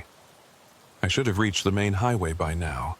The sign had said 2 miles, and I'd already driven well past that. 3 miles, 4 miles. The road began to curve, winding back and forth in a way I didn't remember from before. I checked my GPS, but it showed no signal, just a blank screen with a spinning loading icon. 5 miles, 6 miles. I was definitely going the wrong direction, or the road had changed or something. But I couldn't turn around, not with the trailer. I had to keep going forward and hope I'd eventually find an intersection or a wider area where I could maneuver. The trees started to thin out, and I felt a surge of relief. Almost there. Almost back to the real world, to the highway and normal traffic and places that made sense. But when the trees finally opened up completely, I wasn't looking at the highway. I was looking at the truck stop again, sitting in its clearing exactly as I'd left it. The old man was still standing in the doorway, still smiling. I slammed on the brakes and the truck came to a stop about 50 feet from the building. This wasn't possible. I'd been driving away from this place, had put 6 miles between me and it. I couldn't have somehow circled back. I threw the truck in reverse and backed up, turning around in the clearing. I'd go back the way I came, retrace my route exactly, and figure out where I'd made the wrong turn. But when I headed back into the trees, the road was different. It curved in new directions, took turns I didn't remember seeing before. And no matter which direction I chose, no matter how many times I tried to navigate my way out, I always ended up back at that clearing, back at that truck stop, with the old man watching me from the doorway. After the 4th attempt, I gave up.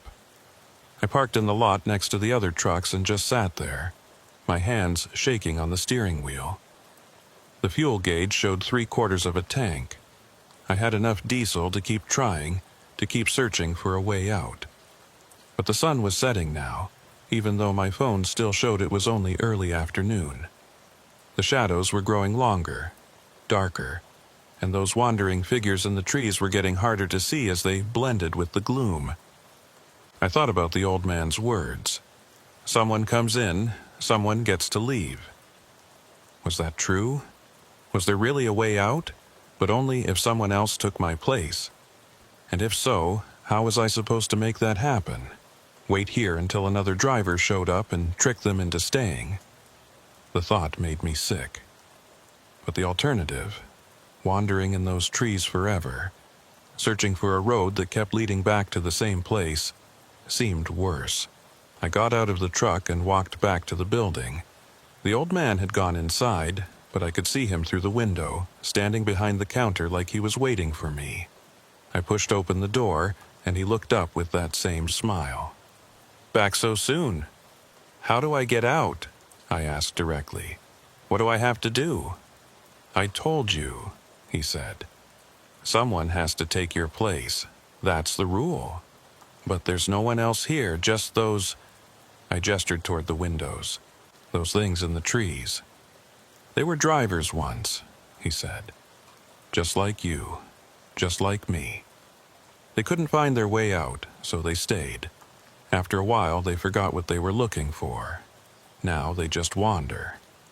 And you? How long have you been here?" He thought about it for a moment. "I came here in 1973. Stopped for coffee just like you. Tried to leave. Couldn't find the road.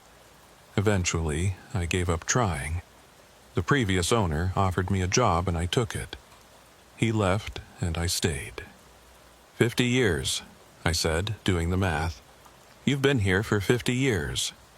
Has it been that long?" He seemed genuinely surprised. Like I said, Time moves different here. Some days feel like years, some years feel like days. After a while, you stop keeping track. But you could leave. If someone took your place, you could leave right now. He nodded slowly. I could. But where would I go? Everyone I knew is gone. The world's moved on without me. What would be the point? The point would be that you'd be free, I said. He laughed, a dry, rattling sound. Free to what? Wander around a world I don't understand anymore, looking for a life that doesn't exist. At least here, I have a purpose. I run the shop, I keep the coffee brewing, I wait for the next driver who gets lost and ends up here. It's not much, but it's something. That's insane, I said. Maybe, he agreed. But it's my insanity. I've made peace with it. He looked at me closely. Question is, can you make peace with yours? I didn't answer. I walked back outside and stood in the parking lot looking at the trees surrounding the clearing. Somewhere in there was a road, a way back to the real world. It had to exist. I'd driven it to get here. I just needed to find it again. I went back to my truck and grabbed a flashlight and a can of spray paint from the toolbox. If the road kept changing, I'd mark it. I'd leave signs so I could track where I'd been and avoid going in circles. The old man watched me from the window as I walked towards the tree line, toward the spot where the road entered the forest. I clicked on the flashlight and stepped into the shadows, spray painting an X on the first tree I passed. The road wound through the trees, and I marked every turn with an X. Left turn, X on the right. Right turn, X on the left. Straight sections, X every 100 yards. I'd create a map, a trail of breadcrumbs that would show me the way out. But after an hour of walking, of marking trees and trying to memorize the pattern of the road, I found myself back at the clearing. I hadn't turned around, hadn't doubled back. I'd walked in what should have been a straight line. But there I was, back where I'd started. And every tree I'd marked with an X was gone.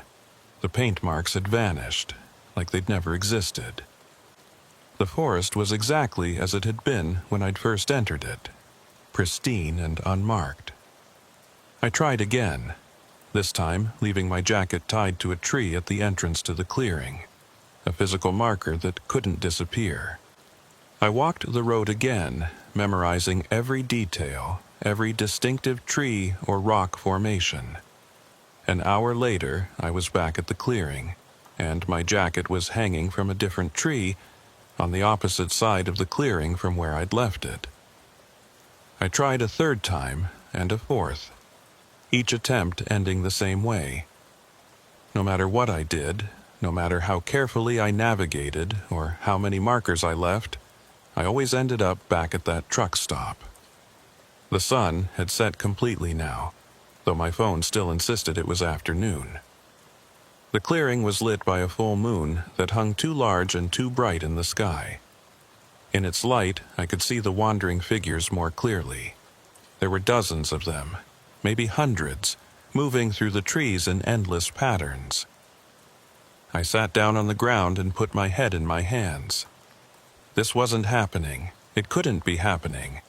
There had to be a rational explanation, a way to understand what was going on. But there wasn't. This was a place where the normal rules didn't apply, where roads led back to where they started and time moved at its own pace, a place that trapped people and didn't let them go. The door to the truck stop opened, and the old man came out carrying 2 cups of coffee. He walked over and sat down next to me, offering me one of the cups. "Figured you could use this," he said. I took it without thinking, wrapping my hands around the warm ceramic. The coffee smelled good, rich, and strong, but I didn't drink it, I just held it, letting the heat seep into my cold fingers. "There's no way out, is there?" I said. "There's always a way out," he said. "You just haven't found it yet. But you never found it. And all those people wandering in the woods, they never found it either." "That's true," he admitted. But maybe you'll be different. Maybe you'll be the one who figures it out." "I doubt it," I said bitterly. We sat in silence for a while, drinking our coffee and watching the wandering figures move through the trees. The moon cast everything in silver light, making the scene look almost beautiful in a surreal, nightmarish way. "Why does this place exist?" I asked finally. "What's the purpose of all this?" "I don't know," he said. "Maybe there is no purpose. Maybe it's just a glitch, I guess you'd call it. A place where the fabric of reality got torn or folded wrong, creating a pocket that doesn't quite belong to the regular world. And we're stuck in it. For now," he said. "But who knows? Maybe someday someone will figure out how to fix it. Or maybe it'll just collapse on its own, and we'll all get spat back out into the real world." "Do you really believe that?" He shrugged. "I believe what I need to believe to get through each day, same as anyone else." I finished my coffee and stood up. "I'm going to keep trying. I'm not giving up." "Good," he said. "Hope's important. Without it, you end up like them." He nodded towards out to the wandering figures. Lost and empty, just going through the motions. I walked back to my truck, climbed into the cab and started the engine. I'd rest for a few hours, then try again at dawn. Or what passed for dawn in this place. I'd keep trying, keep searching, until I found a way out or ran out of fuel or lost my mind entirely. As I settled into the driver's seat, I noticed something on the passenger side that hadn't been there before. It was a piece of paper, folded neatly, sitting on the dashboard. I picked it up and unfolded it. The handwriting was that same mechanical script from the logbook. It said, "The road changes, but the destination never does. You're looking in the wrong direction." I read the note 3 times, trying to decipher its meaning. The road changes, but the destination never does. You're looking in the wrong direction. What did that mean? I'd been trying to find the road out, retracing my path back to the highway. That was the right direction, wasn't it? Unless it wasn't. Unless the note meant that trying to leave the same way I'd come in was the wrong approach. But if not that way, then how? I looked out at the clearing at the truck stop sitting in its pool of moonlight. The old man had gone back inside, and I could see him through the window, standing behind the counter exactly as he'd been when I'd first arrived. Like he was frozen in that position, waiting eternally for the next customer. The destination never does. Never does what? Never changes? But that didn't make sense. The destination was the highway, the real world, freedom.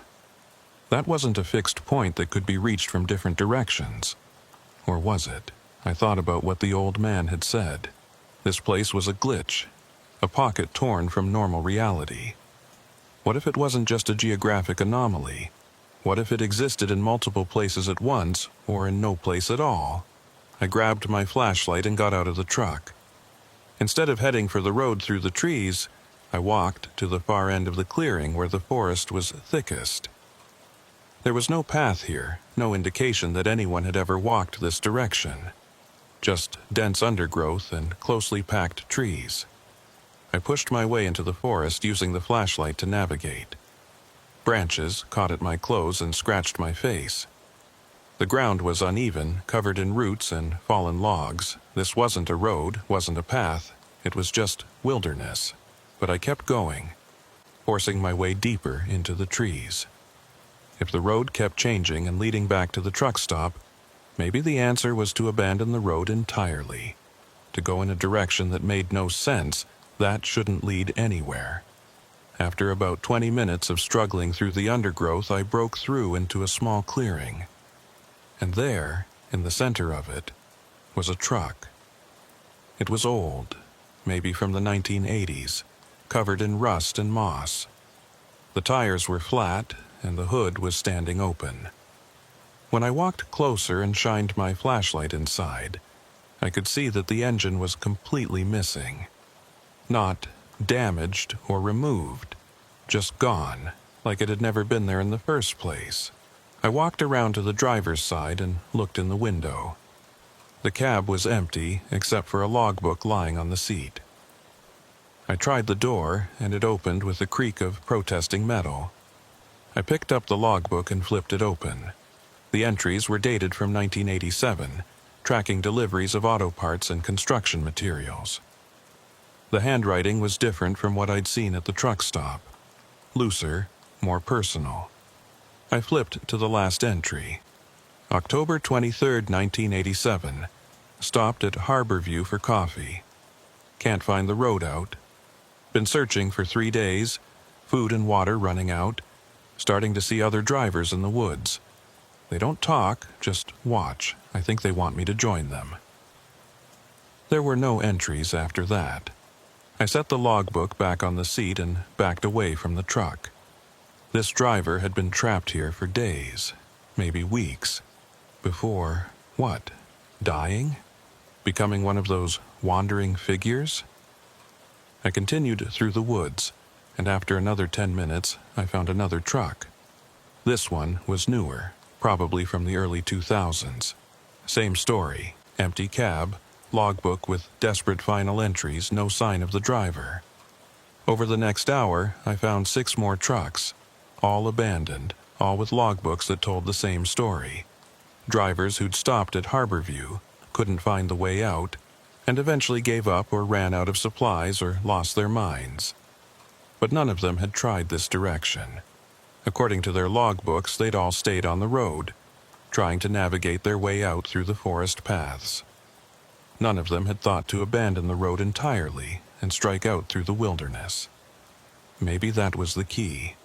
Maybe the place could only trap you if you played by its rules, if you stuck to the roads and paths it provided.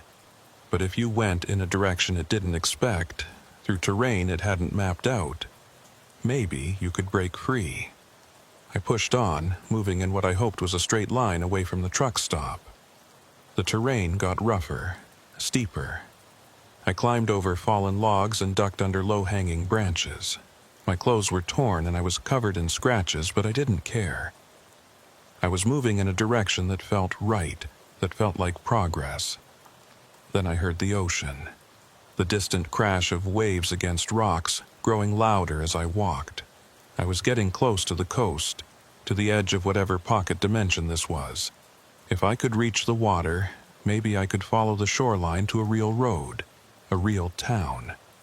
I broke through the tree line and found myself standing on a cliff overlooking the ocean. The moon was huge overhead, turning the water silver. The waves crashed against the rocks below, sending up spray that glittered in the light. But something was wrong with the water. It wasn't moving right. The waves were too regular, too perfect, like they were on a loop.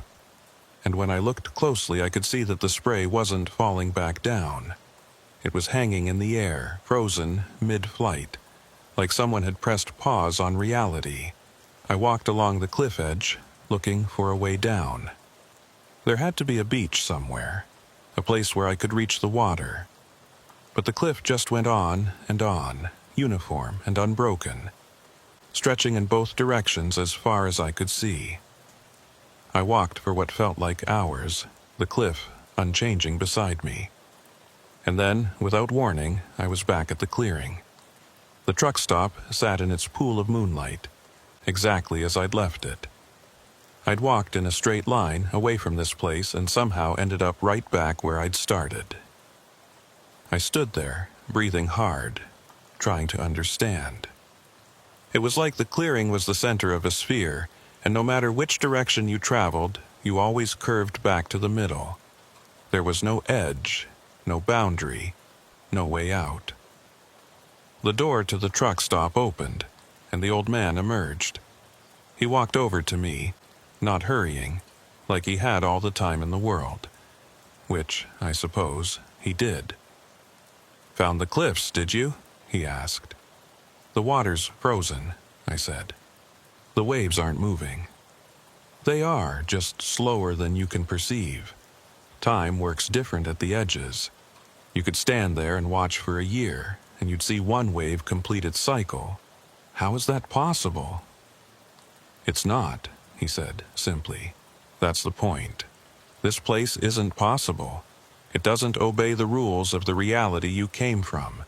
So trying to navigate it using those rules won't work. Then how do I get out? I demanded, my frustration boiling over. You said someone comes in, someone gets to leave. But there's nobody else here. Just you and me and those things in the woods. That's not entirely true, he said. There's always someone coming. You just have to wait for them. How long? Hours? Days? Years? He shrugged. Depends. Sometimes a truck comes through every few days. Sometimes it's months between visits. No way to predict it. I wanted to scream, to rage at the unfairness of it all. But what good would that do? This place didn't care about fairness. It didn't care about anything. I walked back to my truck and sat in the cab, thinking. The old man had said he'd been here since 1973, 50 years.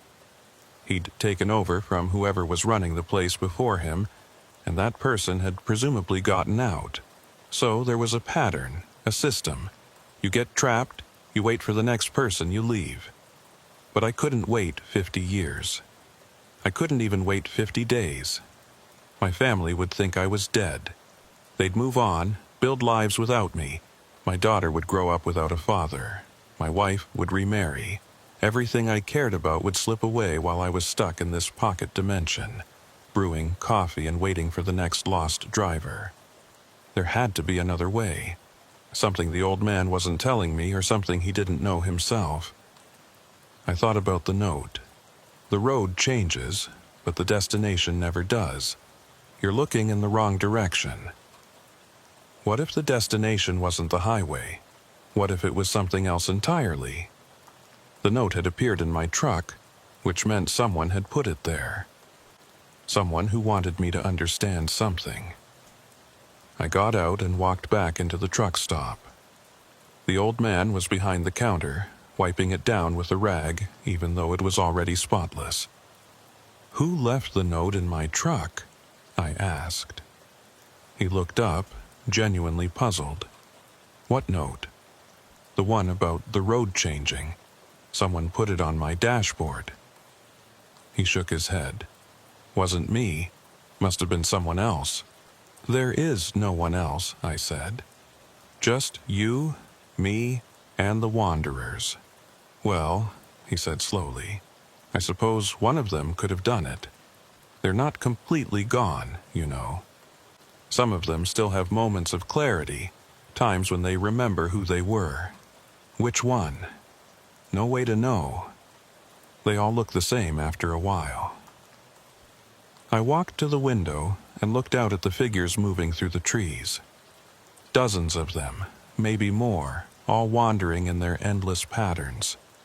One of them had left that note. One of them had figured something out, had learned something important enough to try to communicate it. I went back outside and walked toward the nearest figure. As I got closer, I could see it was wearing the remains of a trucker's uniform, faded and torn but still recognizable. It was moving in a slow circle, its head down like it was searching for something on the ground. "Hey," I called out. "Did you leave a note in my truck?"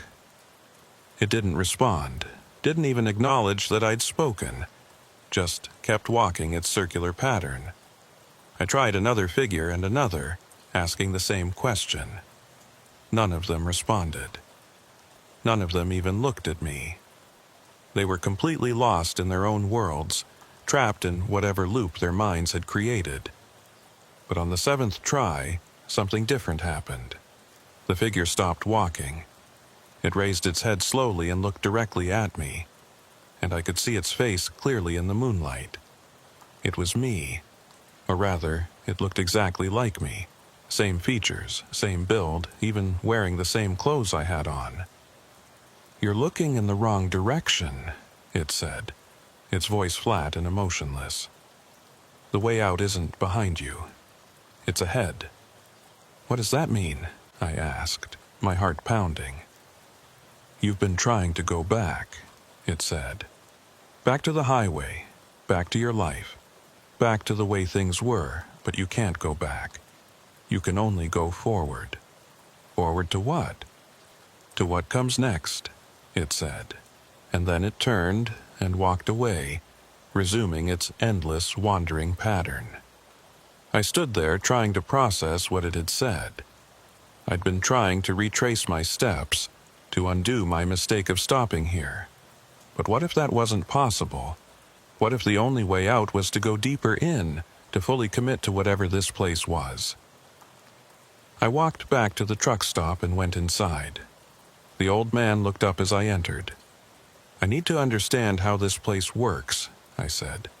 "Really understand it. Not just the surface level stuff, but the mechanics of it." He studied me for a long moment, then nodded. "All right. But understanding comes with a price. Once you know how it works, you can't unknow it, and that knowledge might not help you the way you think it will." "I'll take that risk," I said. He gestured for me to follow him, and he led me through the door to the back room. I'd expected a storage area or office, but what I saw stopped me in my tracks. The room was enormous, far too large to fit inside the small building I'd seen from outside. It stretched back impossibly far, filled with rows and rows of shelves. And on those shelves were things, objects I couldn't quite focus on, items that seemed to shift and change when I looked directly at them. "What is this?" I asked. "This is what the place collects," he said. "Every driver who stops here leaves something behind, even if they eventually get out. A piece of their time, their memories, their self. It all ends up here." He walked down one of the aisles, and I followed.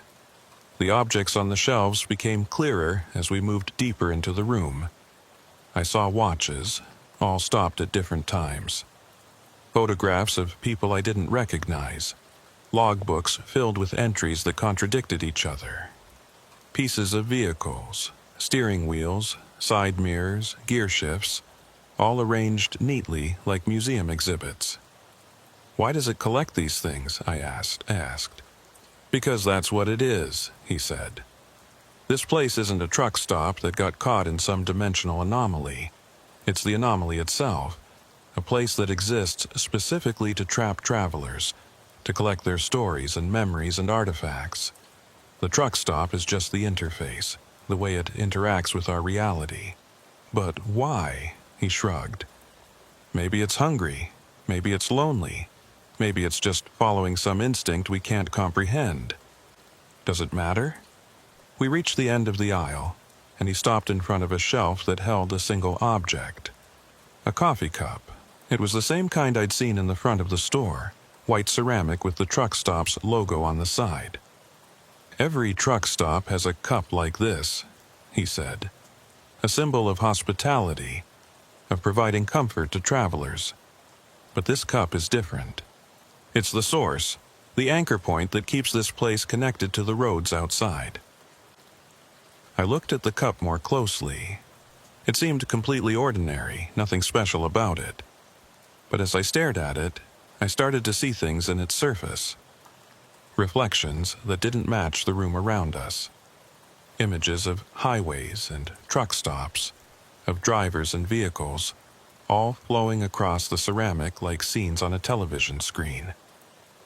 "If I destroy it?" I asked. "The place might collapse, or it might create a new anchor, or nothing might happen at all. There's no way to know without trying." I reached for the cup, but he grabbed my wrist. "Think carefully before you do this. If the place collapses while you're inside it, there's no telling where you'll end up. You might get back to your reality. You might end up somewhere worse. You might cease to exist entirely." I hesitated, my hand hovering over the cup. This could be my way out, or it could be my death.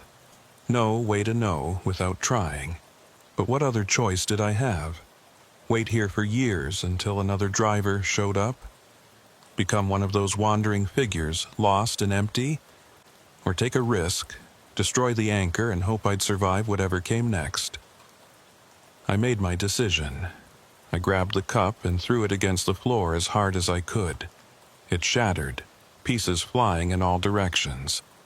And the moment it did, everything changed. The sound of the cup breaking was like thunder, echoing through the massive room and beyond. The shelves around me began to vibrate, and the objects on them started to move, sliding and shifting like they were trying to escape. The old man stumbled backward, his face showing the first real emotion I'd seen from him. "What have you done?" he whispered. The room began to collapse. Not physically, the walls and ceiling weren't falling, but dimensionally. I could feel the space folding in on itself, getting smaller and more compressed with each second. The aisles of shelves were squeezing together, merging into each other. I ran. I didn't know where I was going, just away from the collapsing space. The old man was shouting something behind me, but I couldn't make out the words over the sound of reality tearing apart. I burst through the door, back into the front of the truck stop. The room was shaking, coffee cups falling from shelves and shattering on the floor. The windows were cracking, spider webs of fractures spreading across the glass. I ran for the exit, throwing the door open and sprinting toward my truck. Behind me, I could hear the building groaning and creaking like it was being crushed by an invisible force. The wandering figures had stopped moving. They were all standing perfectly still, facing the truck stop, watching it destroy itself. And as I watched, they began to fade, not disappearing all at once, but slowly becoming transparent, like ghosts in the moonlight. I reached my truck and yanked open the door. The engine was still running. I'd left it on hours ago, and somehow it hadn't run out of fuel. I threw it in gear and hit the accelerator, not caring about the careful navigation I'd tried before. I just wanted distance between myself and that collapsing building. The truck lurched forward, bouncing over the rough ground. I steered toward the tree line, toward the road I'd tried so many times before. Maybe, with the anchor destroyed, the road would work properly. Maybe I could finally escape. As I entered the forest, I risked a look in my side mirror. The truck stop was folding. There's no other way to describe it. The building was collapsing in on itself, but not down or to the side. It was folding inward, into a point, like it was being sucked into a black hole at its center. The wandering figures were gone now, completely faded, and the old man was standing alone in the parking lot watching me leave. He wasn't trying to run or escape. He was just standing there, calm and accepting, as his world came apart around him. I focused on the road ahead. The trees were racing past, and for the first time they looked different with each passing second. Not the same endless repetition I'd seen before, but actual progress. I was moving forward, really moving. The road began to straighten out, and I could see light ahead. Real sunlight, not the impossible moonlight that had lit the clearing. I pressed harder on the accelerator, the truck shaking with the speed. And then I was through. The trees opened up, and I was on the main highway, with the normal traffic flowing around me. Cars honked as I merged roughly into the lane, but I didn't care. I was out. I was back in the real world. I drove for another 10 miles before I trusted myself to pull over. I parked at a rest area and sat there, hands shaking, breathing hard. I checked my phone. It showed Friday, October 18th, 1:34 p.m. Less than 2 hours had passed since I'd taken the emergency dispatch call. But that couldn't be right. I'd been at that truck stop for hours, maybe days. I'd wandered through the forest, found abandoned trucks, talked to the old man. All of that couldn't have happened in 2 hours. I called my dispatcher. He answered on the second ring, sounding annoyed. "Where the hell have you been? You were supposed to check in an hour ago." "I got lost," I said. "Took a wrong turn." Well, get unlost and make your delivery. You're already behind schedule. I looked at the delivery order on my phone. Kittery, same as before. I checked my GPS and found I was only about 20 miles away. I could still make it.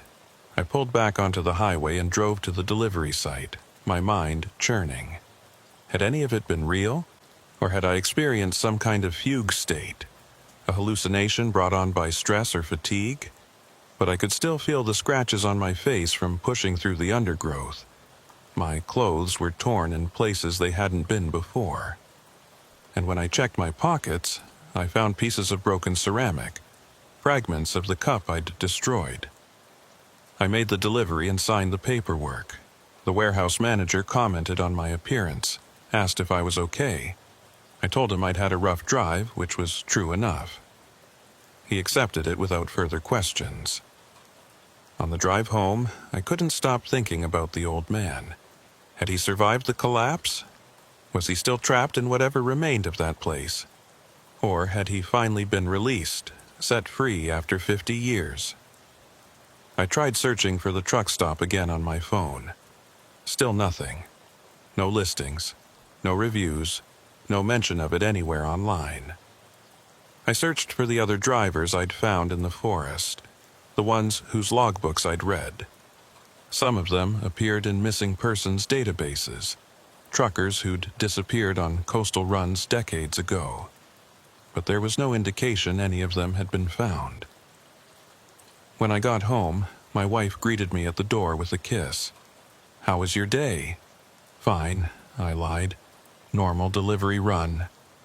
She didn't notice the scratches, didn't comment on my torn clothes.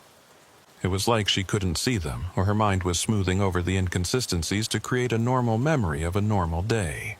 I went to bed early that night, exhausted in a way that went beyond physical tiredness.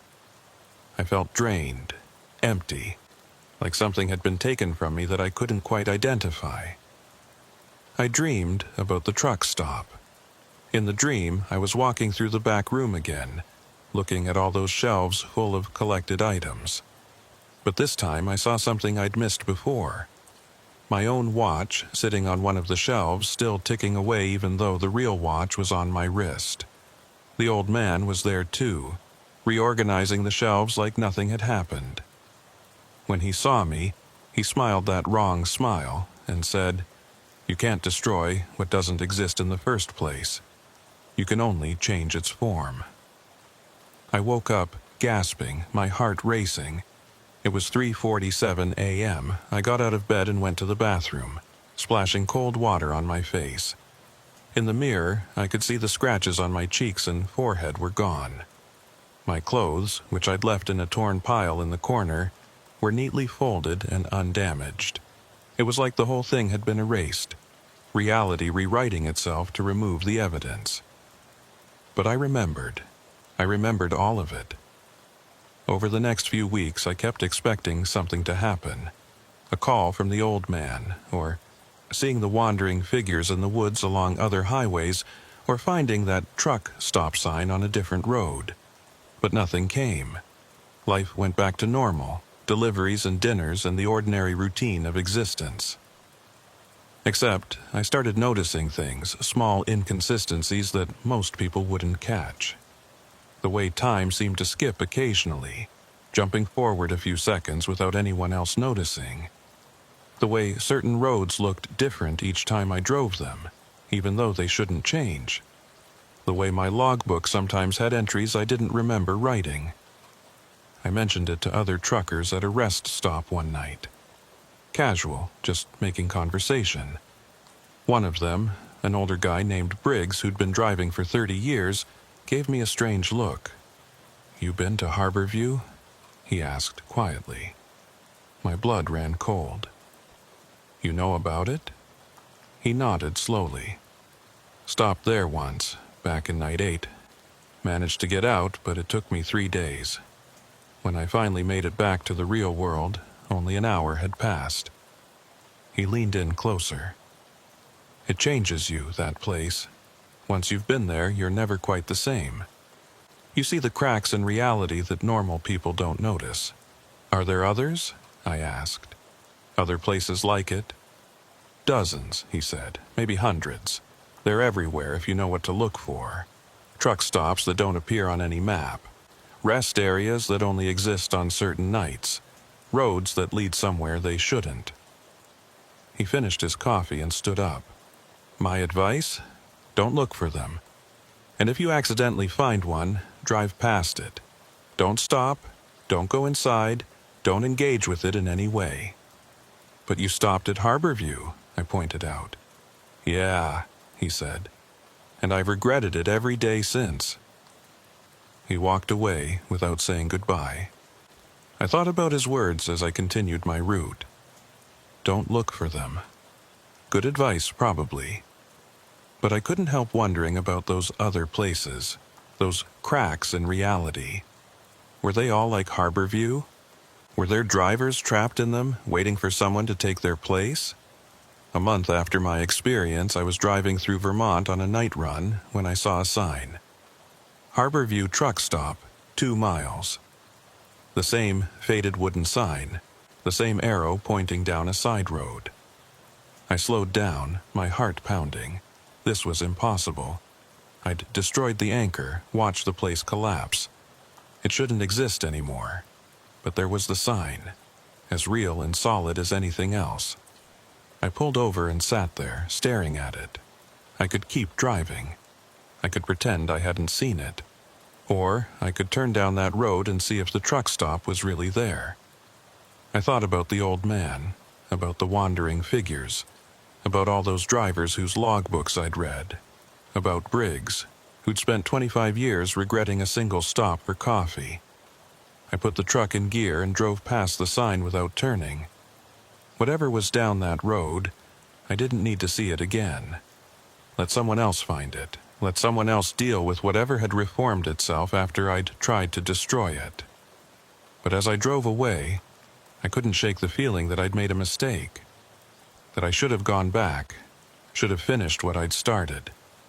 That somewhere in that impossible space, the old man was still standing behind the counter, still smiling his wrong smile, still waiting for the next driver who'd make the mistake of stopping. And maybe, just maybe, that driver would be the one to truly end it. To find the real way out, not just for themselves, but for everyone who'd ever gotten trapped there. Or maybe the place couldn't be destroyed. Maybe it was eternal, reshaping itself whenever someone tried to end it, adapting and surviving like some kind of dimensional parasite. I don't know. I'll probably never know.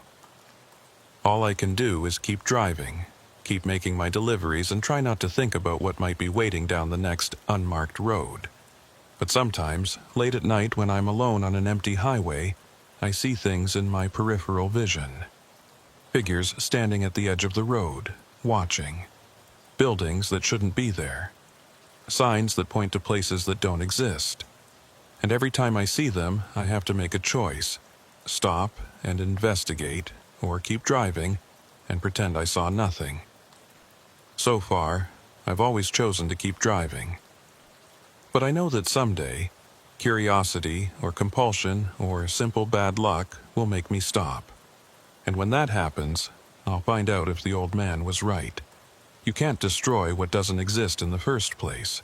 You can only change its form. I still have the pieces of that broken cup in my pocket. I carry them everywhere, a reminder of what I found and what I tried to do.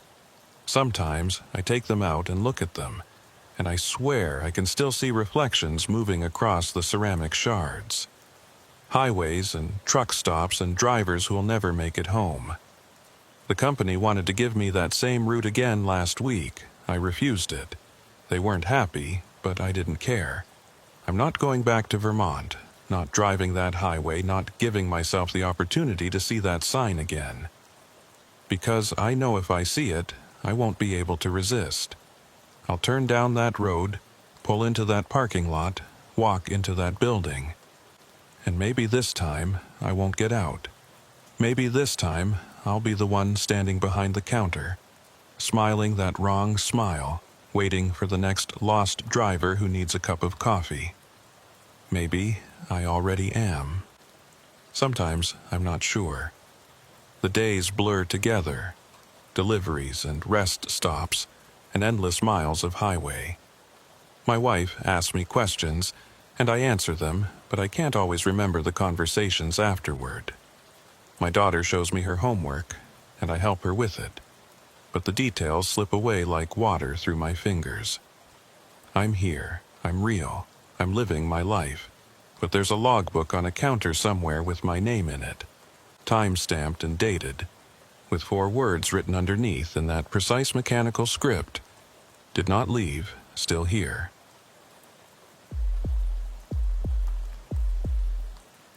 The weather report said the storm would miss us. Clear skies all the way to Bangor, the dispatcher said at 6 a.m. He was wrong. My name is Cole Hartley, and I haul refrigerated goods up the northeastern coast. 8 years of driving trucks has taught me to trust my gut over forecasts. I should have listened to that instinct. This run was simple. Frozen seafood from Portland to Bangor. 200 miles on I-95, done it dozens of times. Load up at 7 a.m., deliver by 11, home by dinner. The first hour went perfectly. Then, 20 miles south of Augusta, dark clouds rolled in from the east. Not gradual overcast, but a solid wall of storm racing toward me.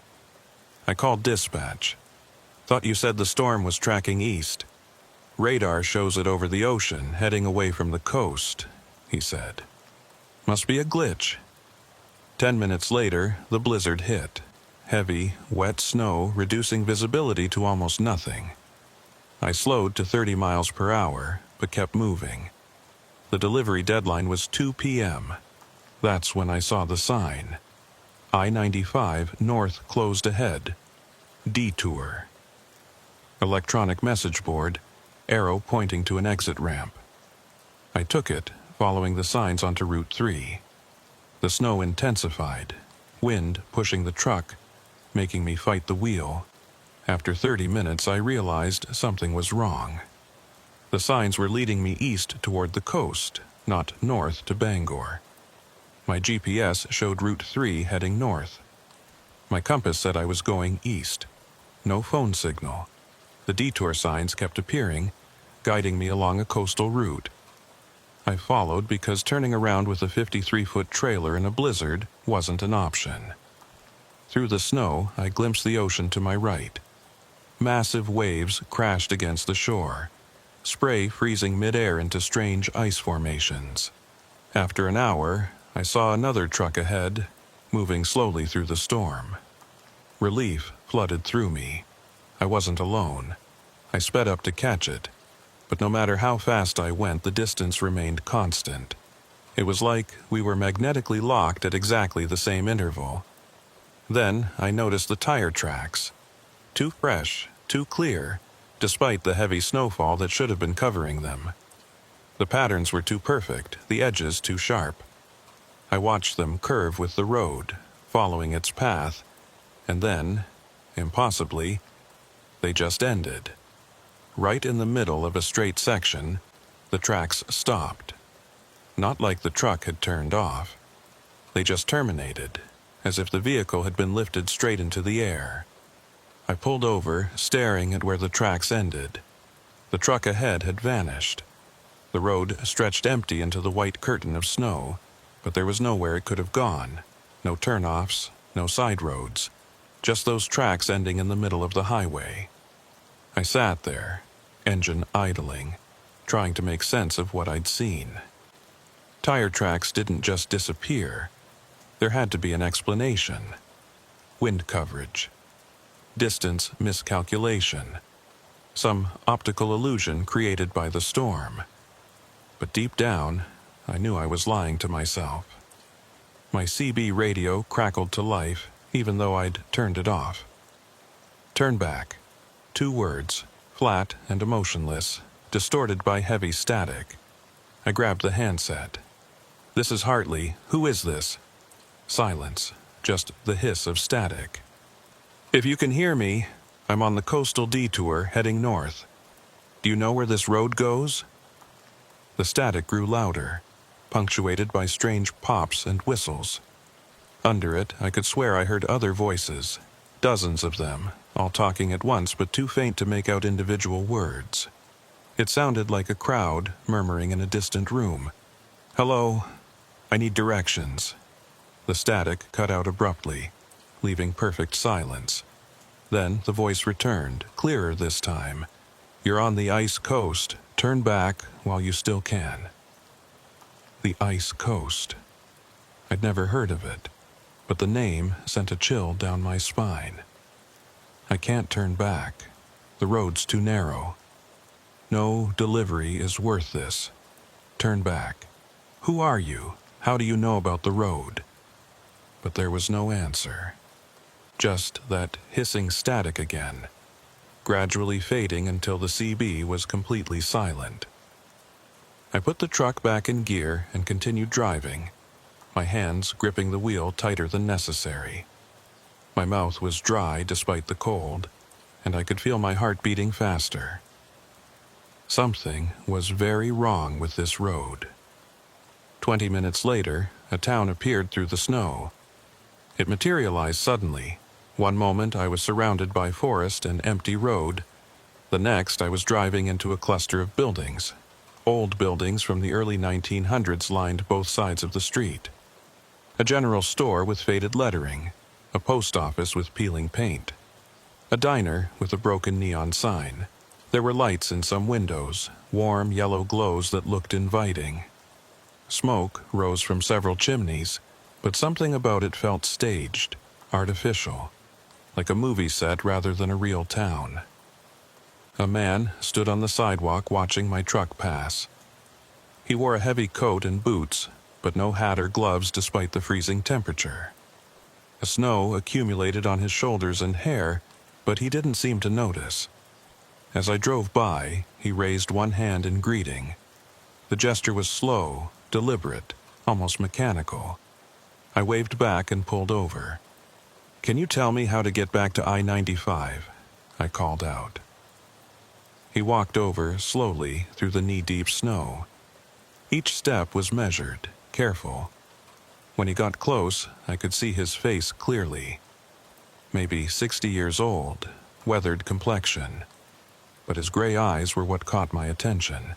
They seemed to look right through me, seeing something beyond what was visible. "I-95? He said, his voice rough. "You won't find that around here." I took a detour. Been following signs for over an hour. He studied me for a long moment. "What day is it?" The question caught me off guard. "Thursday, February 16th. "What year?" Now I was getting worried. 2024, are you okay?" He smiled, but it didn't reach his eyes. The expression was hollow, practiced, like he'd done it so many times it had lost all meaning. "I'm fine, but you need to leave, right now. Don't stop, don't talk to anyone else, just turn around and drive until you're back on the main highway." "I can't turn around here. The road's too narrow with my trailer." "Then back up, or unhook the trailer and leave it. I don't care how you do it, but you need to go." There was urgency in his voice now, an edge of desperation.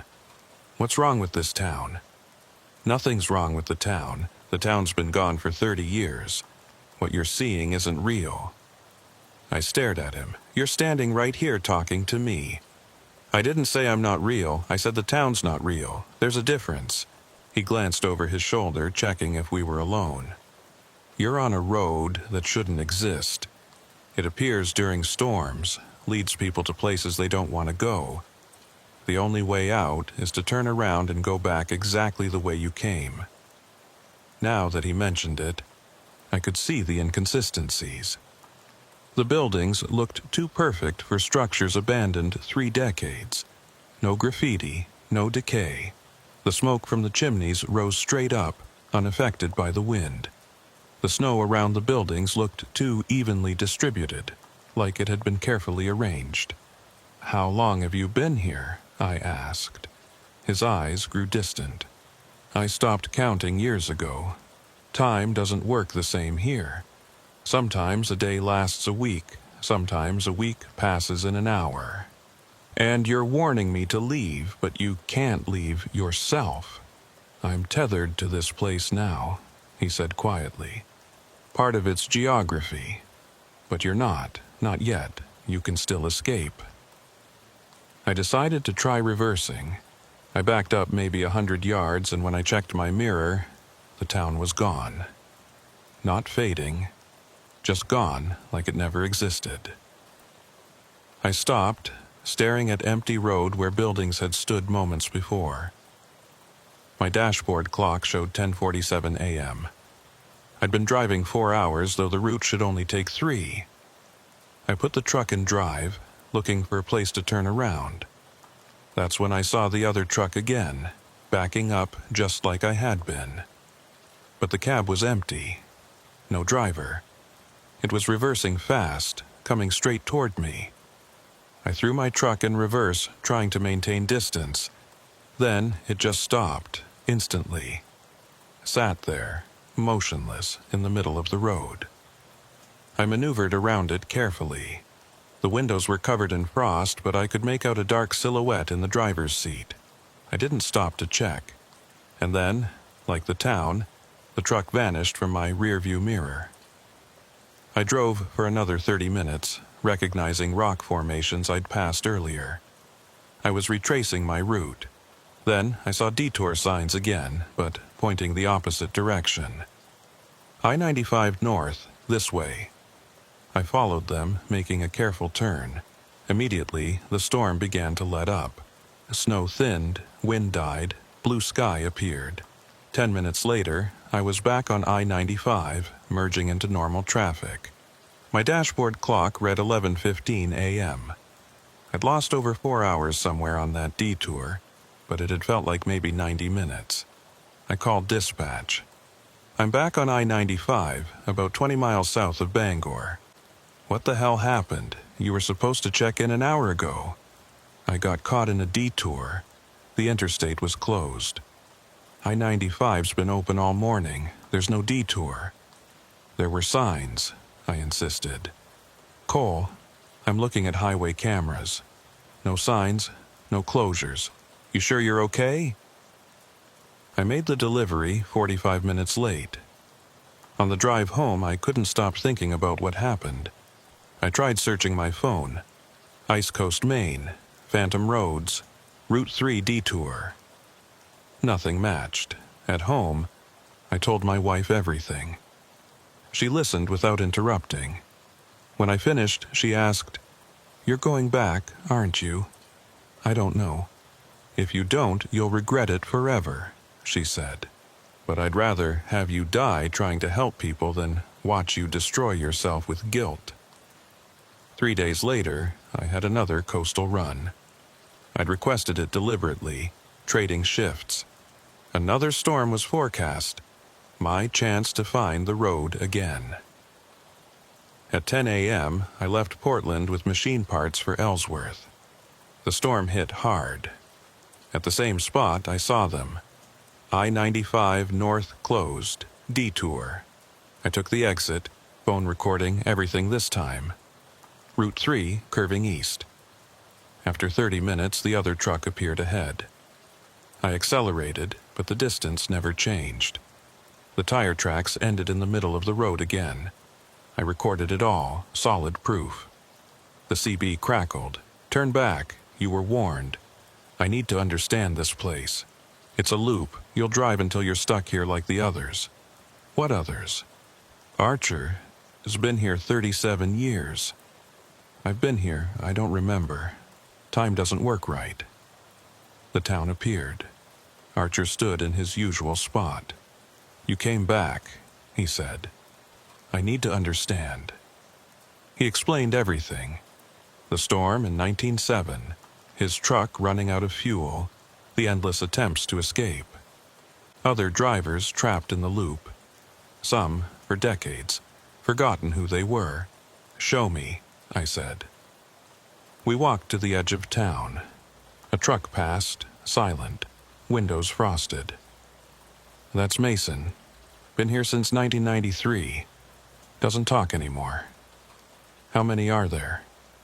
18 trucks. Some I only see every few weeks. I asked about the CB voice. That's Hayes, 2001. Still tries to warn newcomers. Hayes pulled up in his truck. I showed him my phone recording and explained my plan to document everything. You really think this could help? He asked. It's better than driving forever. We drove together toward the ice wall at the end of the loop. It rose 20 feet high, blocking the road completely. Faces pressed against it from inside, previous drivers who'd been absorbed. Eventually, the loop wears you down, Hayes said. When there's nothing left, the road absorbs you into the ice. How long? Depends. Archer's lasted 37 years.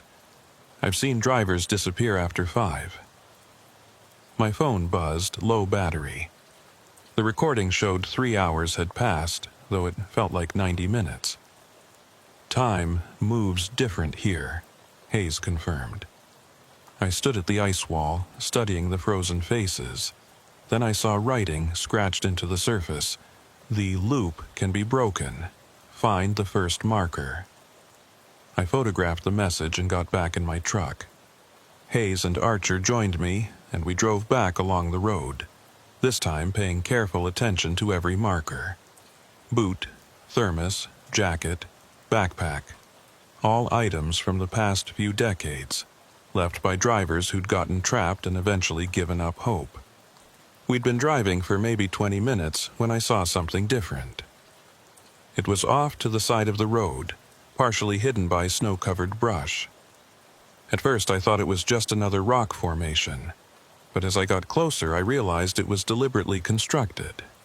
A cairn, a stack of rocks about 3 feet high, carefully balanced. Unlike the other markers, this didn't look like something a trucker would carry. This was intentional, permanent, built to last. I pulled over and got out, approaching it carefully. The rocks were old, weathered by decades of exposure to salt air and storms. Some were covered in lichen, others worn smooth by wind and ice. There was something wedged into the top of the cairn, a piece of paper protected from the weather by a plastic bag that had somehow remained intact despite the years. I pulled it out and unfolded it carefully. The paper was yellowed, brittle, the writing faded but still legible. It was a note, written in shaky handwriting that suggested the author had been cold or scared, or both. To whoever finds this, I am Arthur Briggs. I've been trapped on this road since October 1962. I've tried everything to escape. Driving faster, driving slower, turning around at different points, even abandoning my truck and walking for days. Nothing works. The road always loops back on itself. But I think I've figured something out. This place exists because we believe in it. Our collective fear and confusion give it power. It feeds on our certainty that we're trapped, our acceptance of the impossible. If enough of us could simultaneously reject it, refuse to accept that any of this is real, maybe we could break free. Not just one person, it has to be collective. The road exists in our shared nightmare. So, it takes a shared awakening to end it. I'm going to try something. I'm going to drive to the end of the road and walk into the ice wall. If my theory is right, I'll pass through it because I refuse to accept that it's solid. If I'm wrong, well, I'll join the others already frozen there. If you're reading this, I failed. But maybe you can succeed where I couldn't. Find other drivers who are still aware, still thinking clearly. Convince them. Together, all at once, reject the road's reality. That's the only way out. Don't try it alone. One person's disbelief isn't enough. It has to be unanimous, simultaneous. Only then will the road lose its hold. Arthur Briggs, October 1962. I read it 3 times, my hands shaking slightly. October 1962. Over 60 years ago. This road had been trapping people for more than half a century. I showed the note to Archer and Hayes. Archer read it slowly, his expression unreadable. When he finished, he looked up at me with something that might have been hope in his eyes. "Briggs," he said quietly. "I remember hearing about him. He was already frozen in the ice wall when I got here in '87. But I never knew he'd left a note." "Do you think his theory is right?" I asked. "It's the most plausible explanation I've heard," Archer admitted. "This place doesn't follow physical laws. It follows psychological ones. The rules of dreams and nightmares. If it exists because we believe in it, then collective disbelief might destroy it." "But how do we convince everyone?" Hayes asked. "Most of the drivers have been here so long they've forgotten how to think critically. They just exist." "We start with the ones who are still aware," I said. "You, me, Archer, Mason, if we can reach him. That's 4. Maybe there are others." We drove back to the ice wall, and Archer started calling on the CB radio, broadcasting to anyone who could hear. Slowly, trucks began appearing. One by one, drivers pulled up and got out, gathering at the base of the wall. I counted them as they assembled. 18 in total, including us. Some looked present and aware. Others had that hollow, distant look that suggested they were only partially there, their minds worn down by endless repetition. But they were here. That was something. "I figured out what Briggs meant," Archer said, addressing the group. "The first marker isn't an object. It's a moment. The first time someone realized they were trapped. Time doesn't move forward here. It loops, just like the road. Every circuit, we relive the same moments, the same realizations. The road sustains itself by feeding on that moment of horror when you understand you're caught." "So, how do we stop it?" one of the drivers asked. "We stop feeling that fear," I explained. "We accept what's happened and let it go. Remove the emotional fuel the road feeds on, and we do it together, all at once. Collective acceptance, collective release." I could see doubt on their faces. Some of them had been trapped here for decades. How could they just let go of that fear, that desperation? "I know it sounds impossible," I said. "But think about it. What's the alternative? Keep driving this loop forever until we fade away completely? Or try something different, something that might actually work?" Slowly, one by one, they nodded. "We walk into the wall," Archer explained. "All at once. We really believe it's not real, just a construct of our fear." "And if he was wrong?" Mason asked. "We become part of the wall, but is that worse than driving the loop forever?" We stood in a line, holding hands. 18 drivers plus me, all facing the wall together. I started all my recording devices, making sure each one had a clear view. If this worked, there would be proof. If we failed, maybe someone would find the footage. "Remember," Archer said, "we're not fighting the wall. We're accepting it. Accepting that we got lost, that we've been trapped, that this might be how it ends. In that acceptance, we let go of the fear." "On 3, I said, squeezing the hands I held. 1. I could feel doubt creeping in from the others, their grip tightening. The wall seemed to grow larger, more solid. I pushed back against that doubt. This place exists because we believe in it. 2. I focused on acceptance. I'd gotten lost on a detour. I'd made choices that led me here. I wasn't trying to deny any of it. I was simply accepting it, releasing my attachment to what might have been. The fear drained away, replaced by a strange calm. 3! We ran forward together, hands linked, our voices rising in a collective shout that echoed off the ice. I could feel the others beside me, their presence solid and real. The wall rushed toward us. In the final instant before impact, I saw my reflection in the ice. Not afraid, but determined. Then we hit the wall. For a split second, I felt cold resistance. Then I remembered, this isn't real. I am driving on a normal road. The ice wall doesn't exist. Suddenly, I was through. I stumbled forward, alone. The others were gone. I turned back. The ice wall was solid now. Through it, I could vaguely see figures frozen in place. Archer, Hayes, Mason, and the others. They'd failed. I'd succeeded and left them behind. Or had I? I looked around. Still on the road. Still in the storm.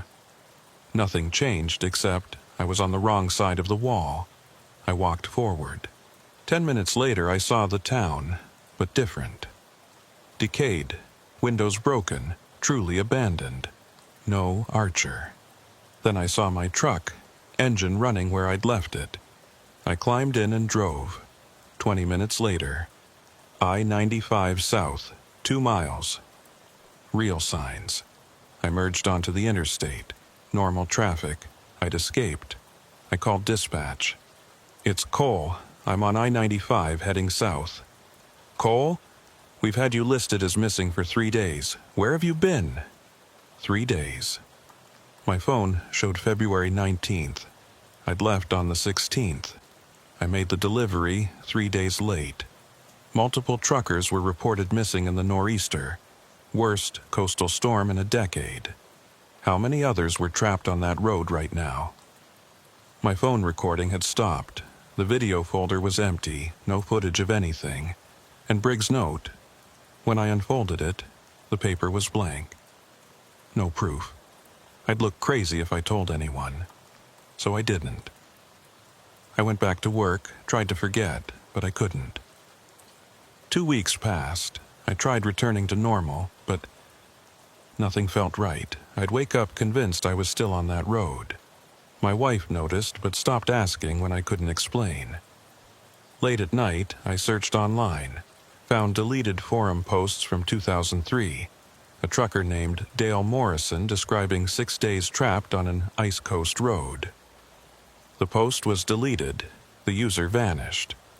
2 other similar accounts, both deleted, both users gone. The road was real. I wasn't the only one. On March 3rd, I got assigned the same coastal route. I requested a different run, but we were short-staffed. The forecast was clear. I'd be fine. At 8:30 a.m., approaching the detour area, my CB crackled. Cole. Hayes. We're still here. The road's collapsing. The ice wall's encroaching. Every circuit, there's less road. Eventually, nothing but wall. Can you escape? We've tried. Doesn't work for us. I think you took something when you passed through. Without it, the whole thing's falling apart. Guilt flooded through me. I'm sorry. Don't. You got out, but tell people. We're going into the ice soon. If enough people know, maybe it saves others. No one believes me. I have no proof. Then come back, document everything before it's too late. If I come back, I might not leave. Probably not, but you'd be helping us. Maybe if we all go into the ice together as witnesses, the road will finally be destroyed. I thought about it all day. That night, I told my wife everything. You're going back, aren't you? She said. I don't know. If you don't, you'll regret it forever. But I'd rather have you die helping people than watch guilt destroy you. We held each other.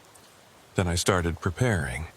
Supplies, fuel, batteries, multiple recording devices with cloud backup. The forecast showed another nor'easter on March 8th. My window. My wife wanted to come. I refused. This was something I had to do alone. We both knew it was likely goodbye. On March 8th, I kissed her one last time and headed north. The storm was building. At the exact spot, the signs appeared. I-95 north, closed, detour. I took the exit. This time, I knew what I was getting into. This time, I was choosing it. The road looked exactly as I remembered. After 30 minutes, I saw the trucks. Mason's silent rig, then Hayes. "You came back," Hayes said. "I'm documenting everything. If I can't escape, at least there'll be proof." We drove together to the ice wall. Archer sat beside me and Hayes followed in his own truck. The town appeared briefly. The abandoned version, windows broken, truly empty. And then we were back on the open road.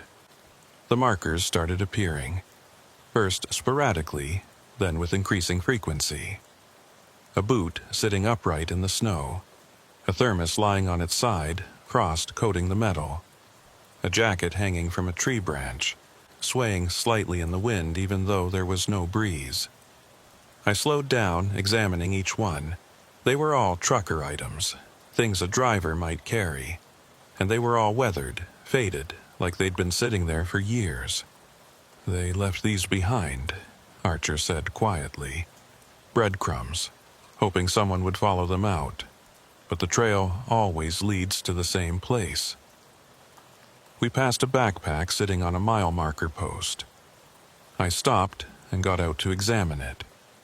Inside were personal items, a wallet with a driver's license expired in '98, a family photo showing a man with a wife and 2 young children, a trucking logbook with entries that cut off abruptly mid-sentence.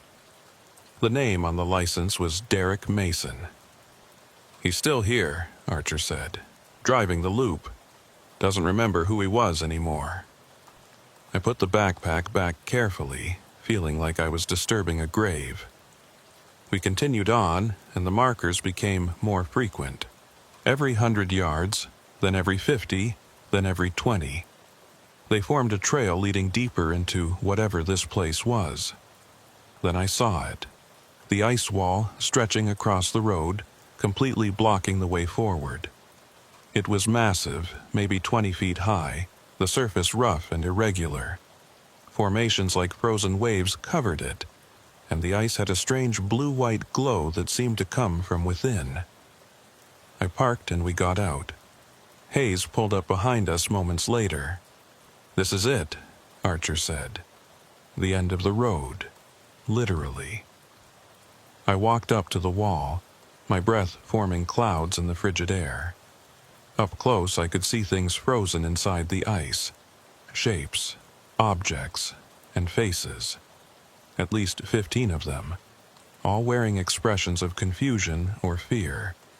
Their eyes were open, staring out at nothing. "Previous drivers," Hayes said, joining me. "The ones who have been here so long they became part of the road itself." I stared at the nearest face. A man, maybe 40, with frost forming patterns across his skin. His mouth was open slightly, as if he'd been trying to say something when the ice claimed him. "How long?" I asked. "Depends on the person," Hayes replied. "Archer's lasted 37 years. Some disappear after 5 or 6. It's about resistance, how long you can hold on to who you are." I noticed something scratched into the ice near the base of the wall. Letters carved deep into the surface. I knelt down to read them. "The loop can be broken. Find the first marker." "What does that mean?" I asked. Archer crouched beside me, running his finger over the letters. "I don't know, but someone went to a lot of trouble to leave this message." "The first marker," I said. "Not the first chronologically, but the first in sequence. The original." I thought about all the items we'd passed. The boot, the thermos, the jacket, the backpack. They were all relatively recent, placed within the last few decades based on their condition. But what if there was something older, something from when this road first began trapping people? "We need to find it," I said, standing up. "Whatever it is, it might tell us how to break the loop." We formed a line, 18 drivers plus me. All my recording devices were running. 1. Doubt crept in. 2. I wasn't trying to deny the wall. I was accepting it.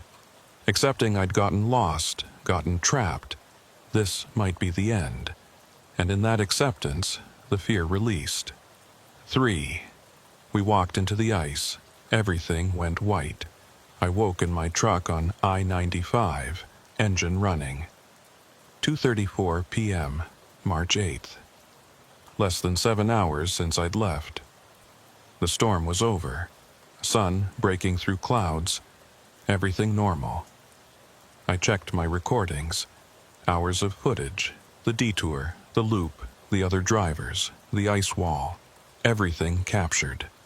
Dozens of messages on my phone. I called my wife. "I'm okay. I'm heading home. I think we broke the road." At home, I uploaded everything to multiple cloud services, made backups. Then I watched the footage. My blood ran cold. It showed me driving through a storm, taking a detour, following an empty road. But no other trucks, no towns, no ice wall. Just me alone, driving in circles before falling asleep. No evidence, just a man having what looked like a breakdown. But on the last camera, the dashboard one, in the final moments, there were 18 faint figures holding hands. Translucent, like ghosts. They walked into the wall and passed through. Into normal daylight, normal roads, freedom. The last figure was me, looking back at the wall, smiling. I still have that footage. Most dismiss it as compression artifacts, but I know what happened. Sometimes, late at night, I get calls on my CB, Hayes, Archer, the others. They thank me for coming back, for helping them escape. Then the signal cuts out. I don't drive coastal routes anymore. Moved to inland deliveries. My wife understands, but I keep those recordings backed up everywhere. Instructions that if I disappear, someone should investigate, because I have a feeling our work wasn't complete. The road might still be there, reformed, waiting, and next time there might not be anyone who knows how to break free. So I drive my safe routes, deliver my cargo, go home, and I try not to think about the ice coast, about drivers who might still be trapped, about the loop still cycling. Try not to think about it. But I always fail, because somewhere out there, on a coastal highway during a storm, there's a detour sign pointing to a road that shouldn't exist, and sooner or later, someone else will take that turn. I can only hope they'll be as lucky as I was, or luckier still that they'll never find it at all.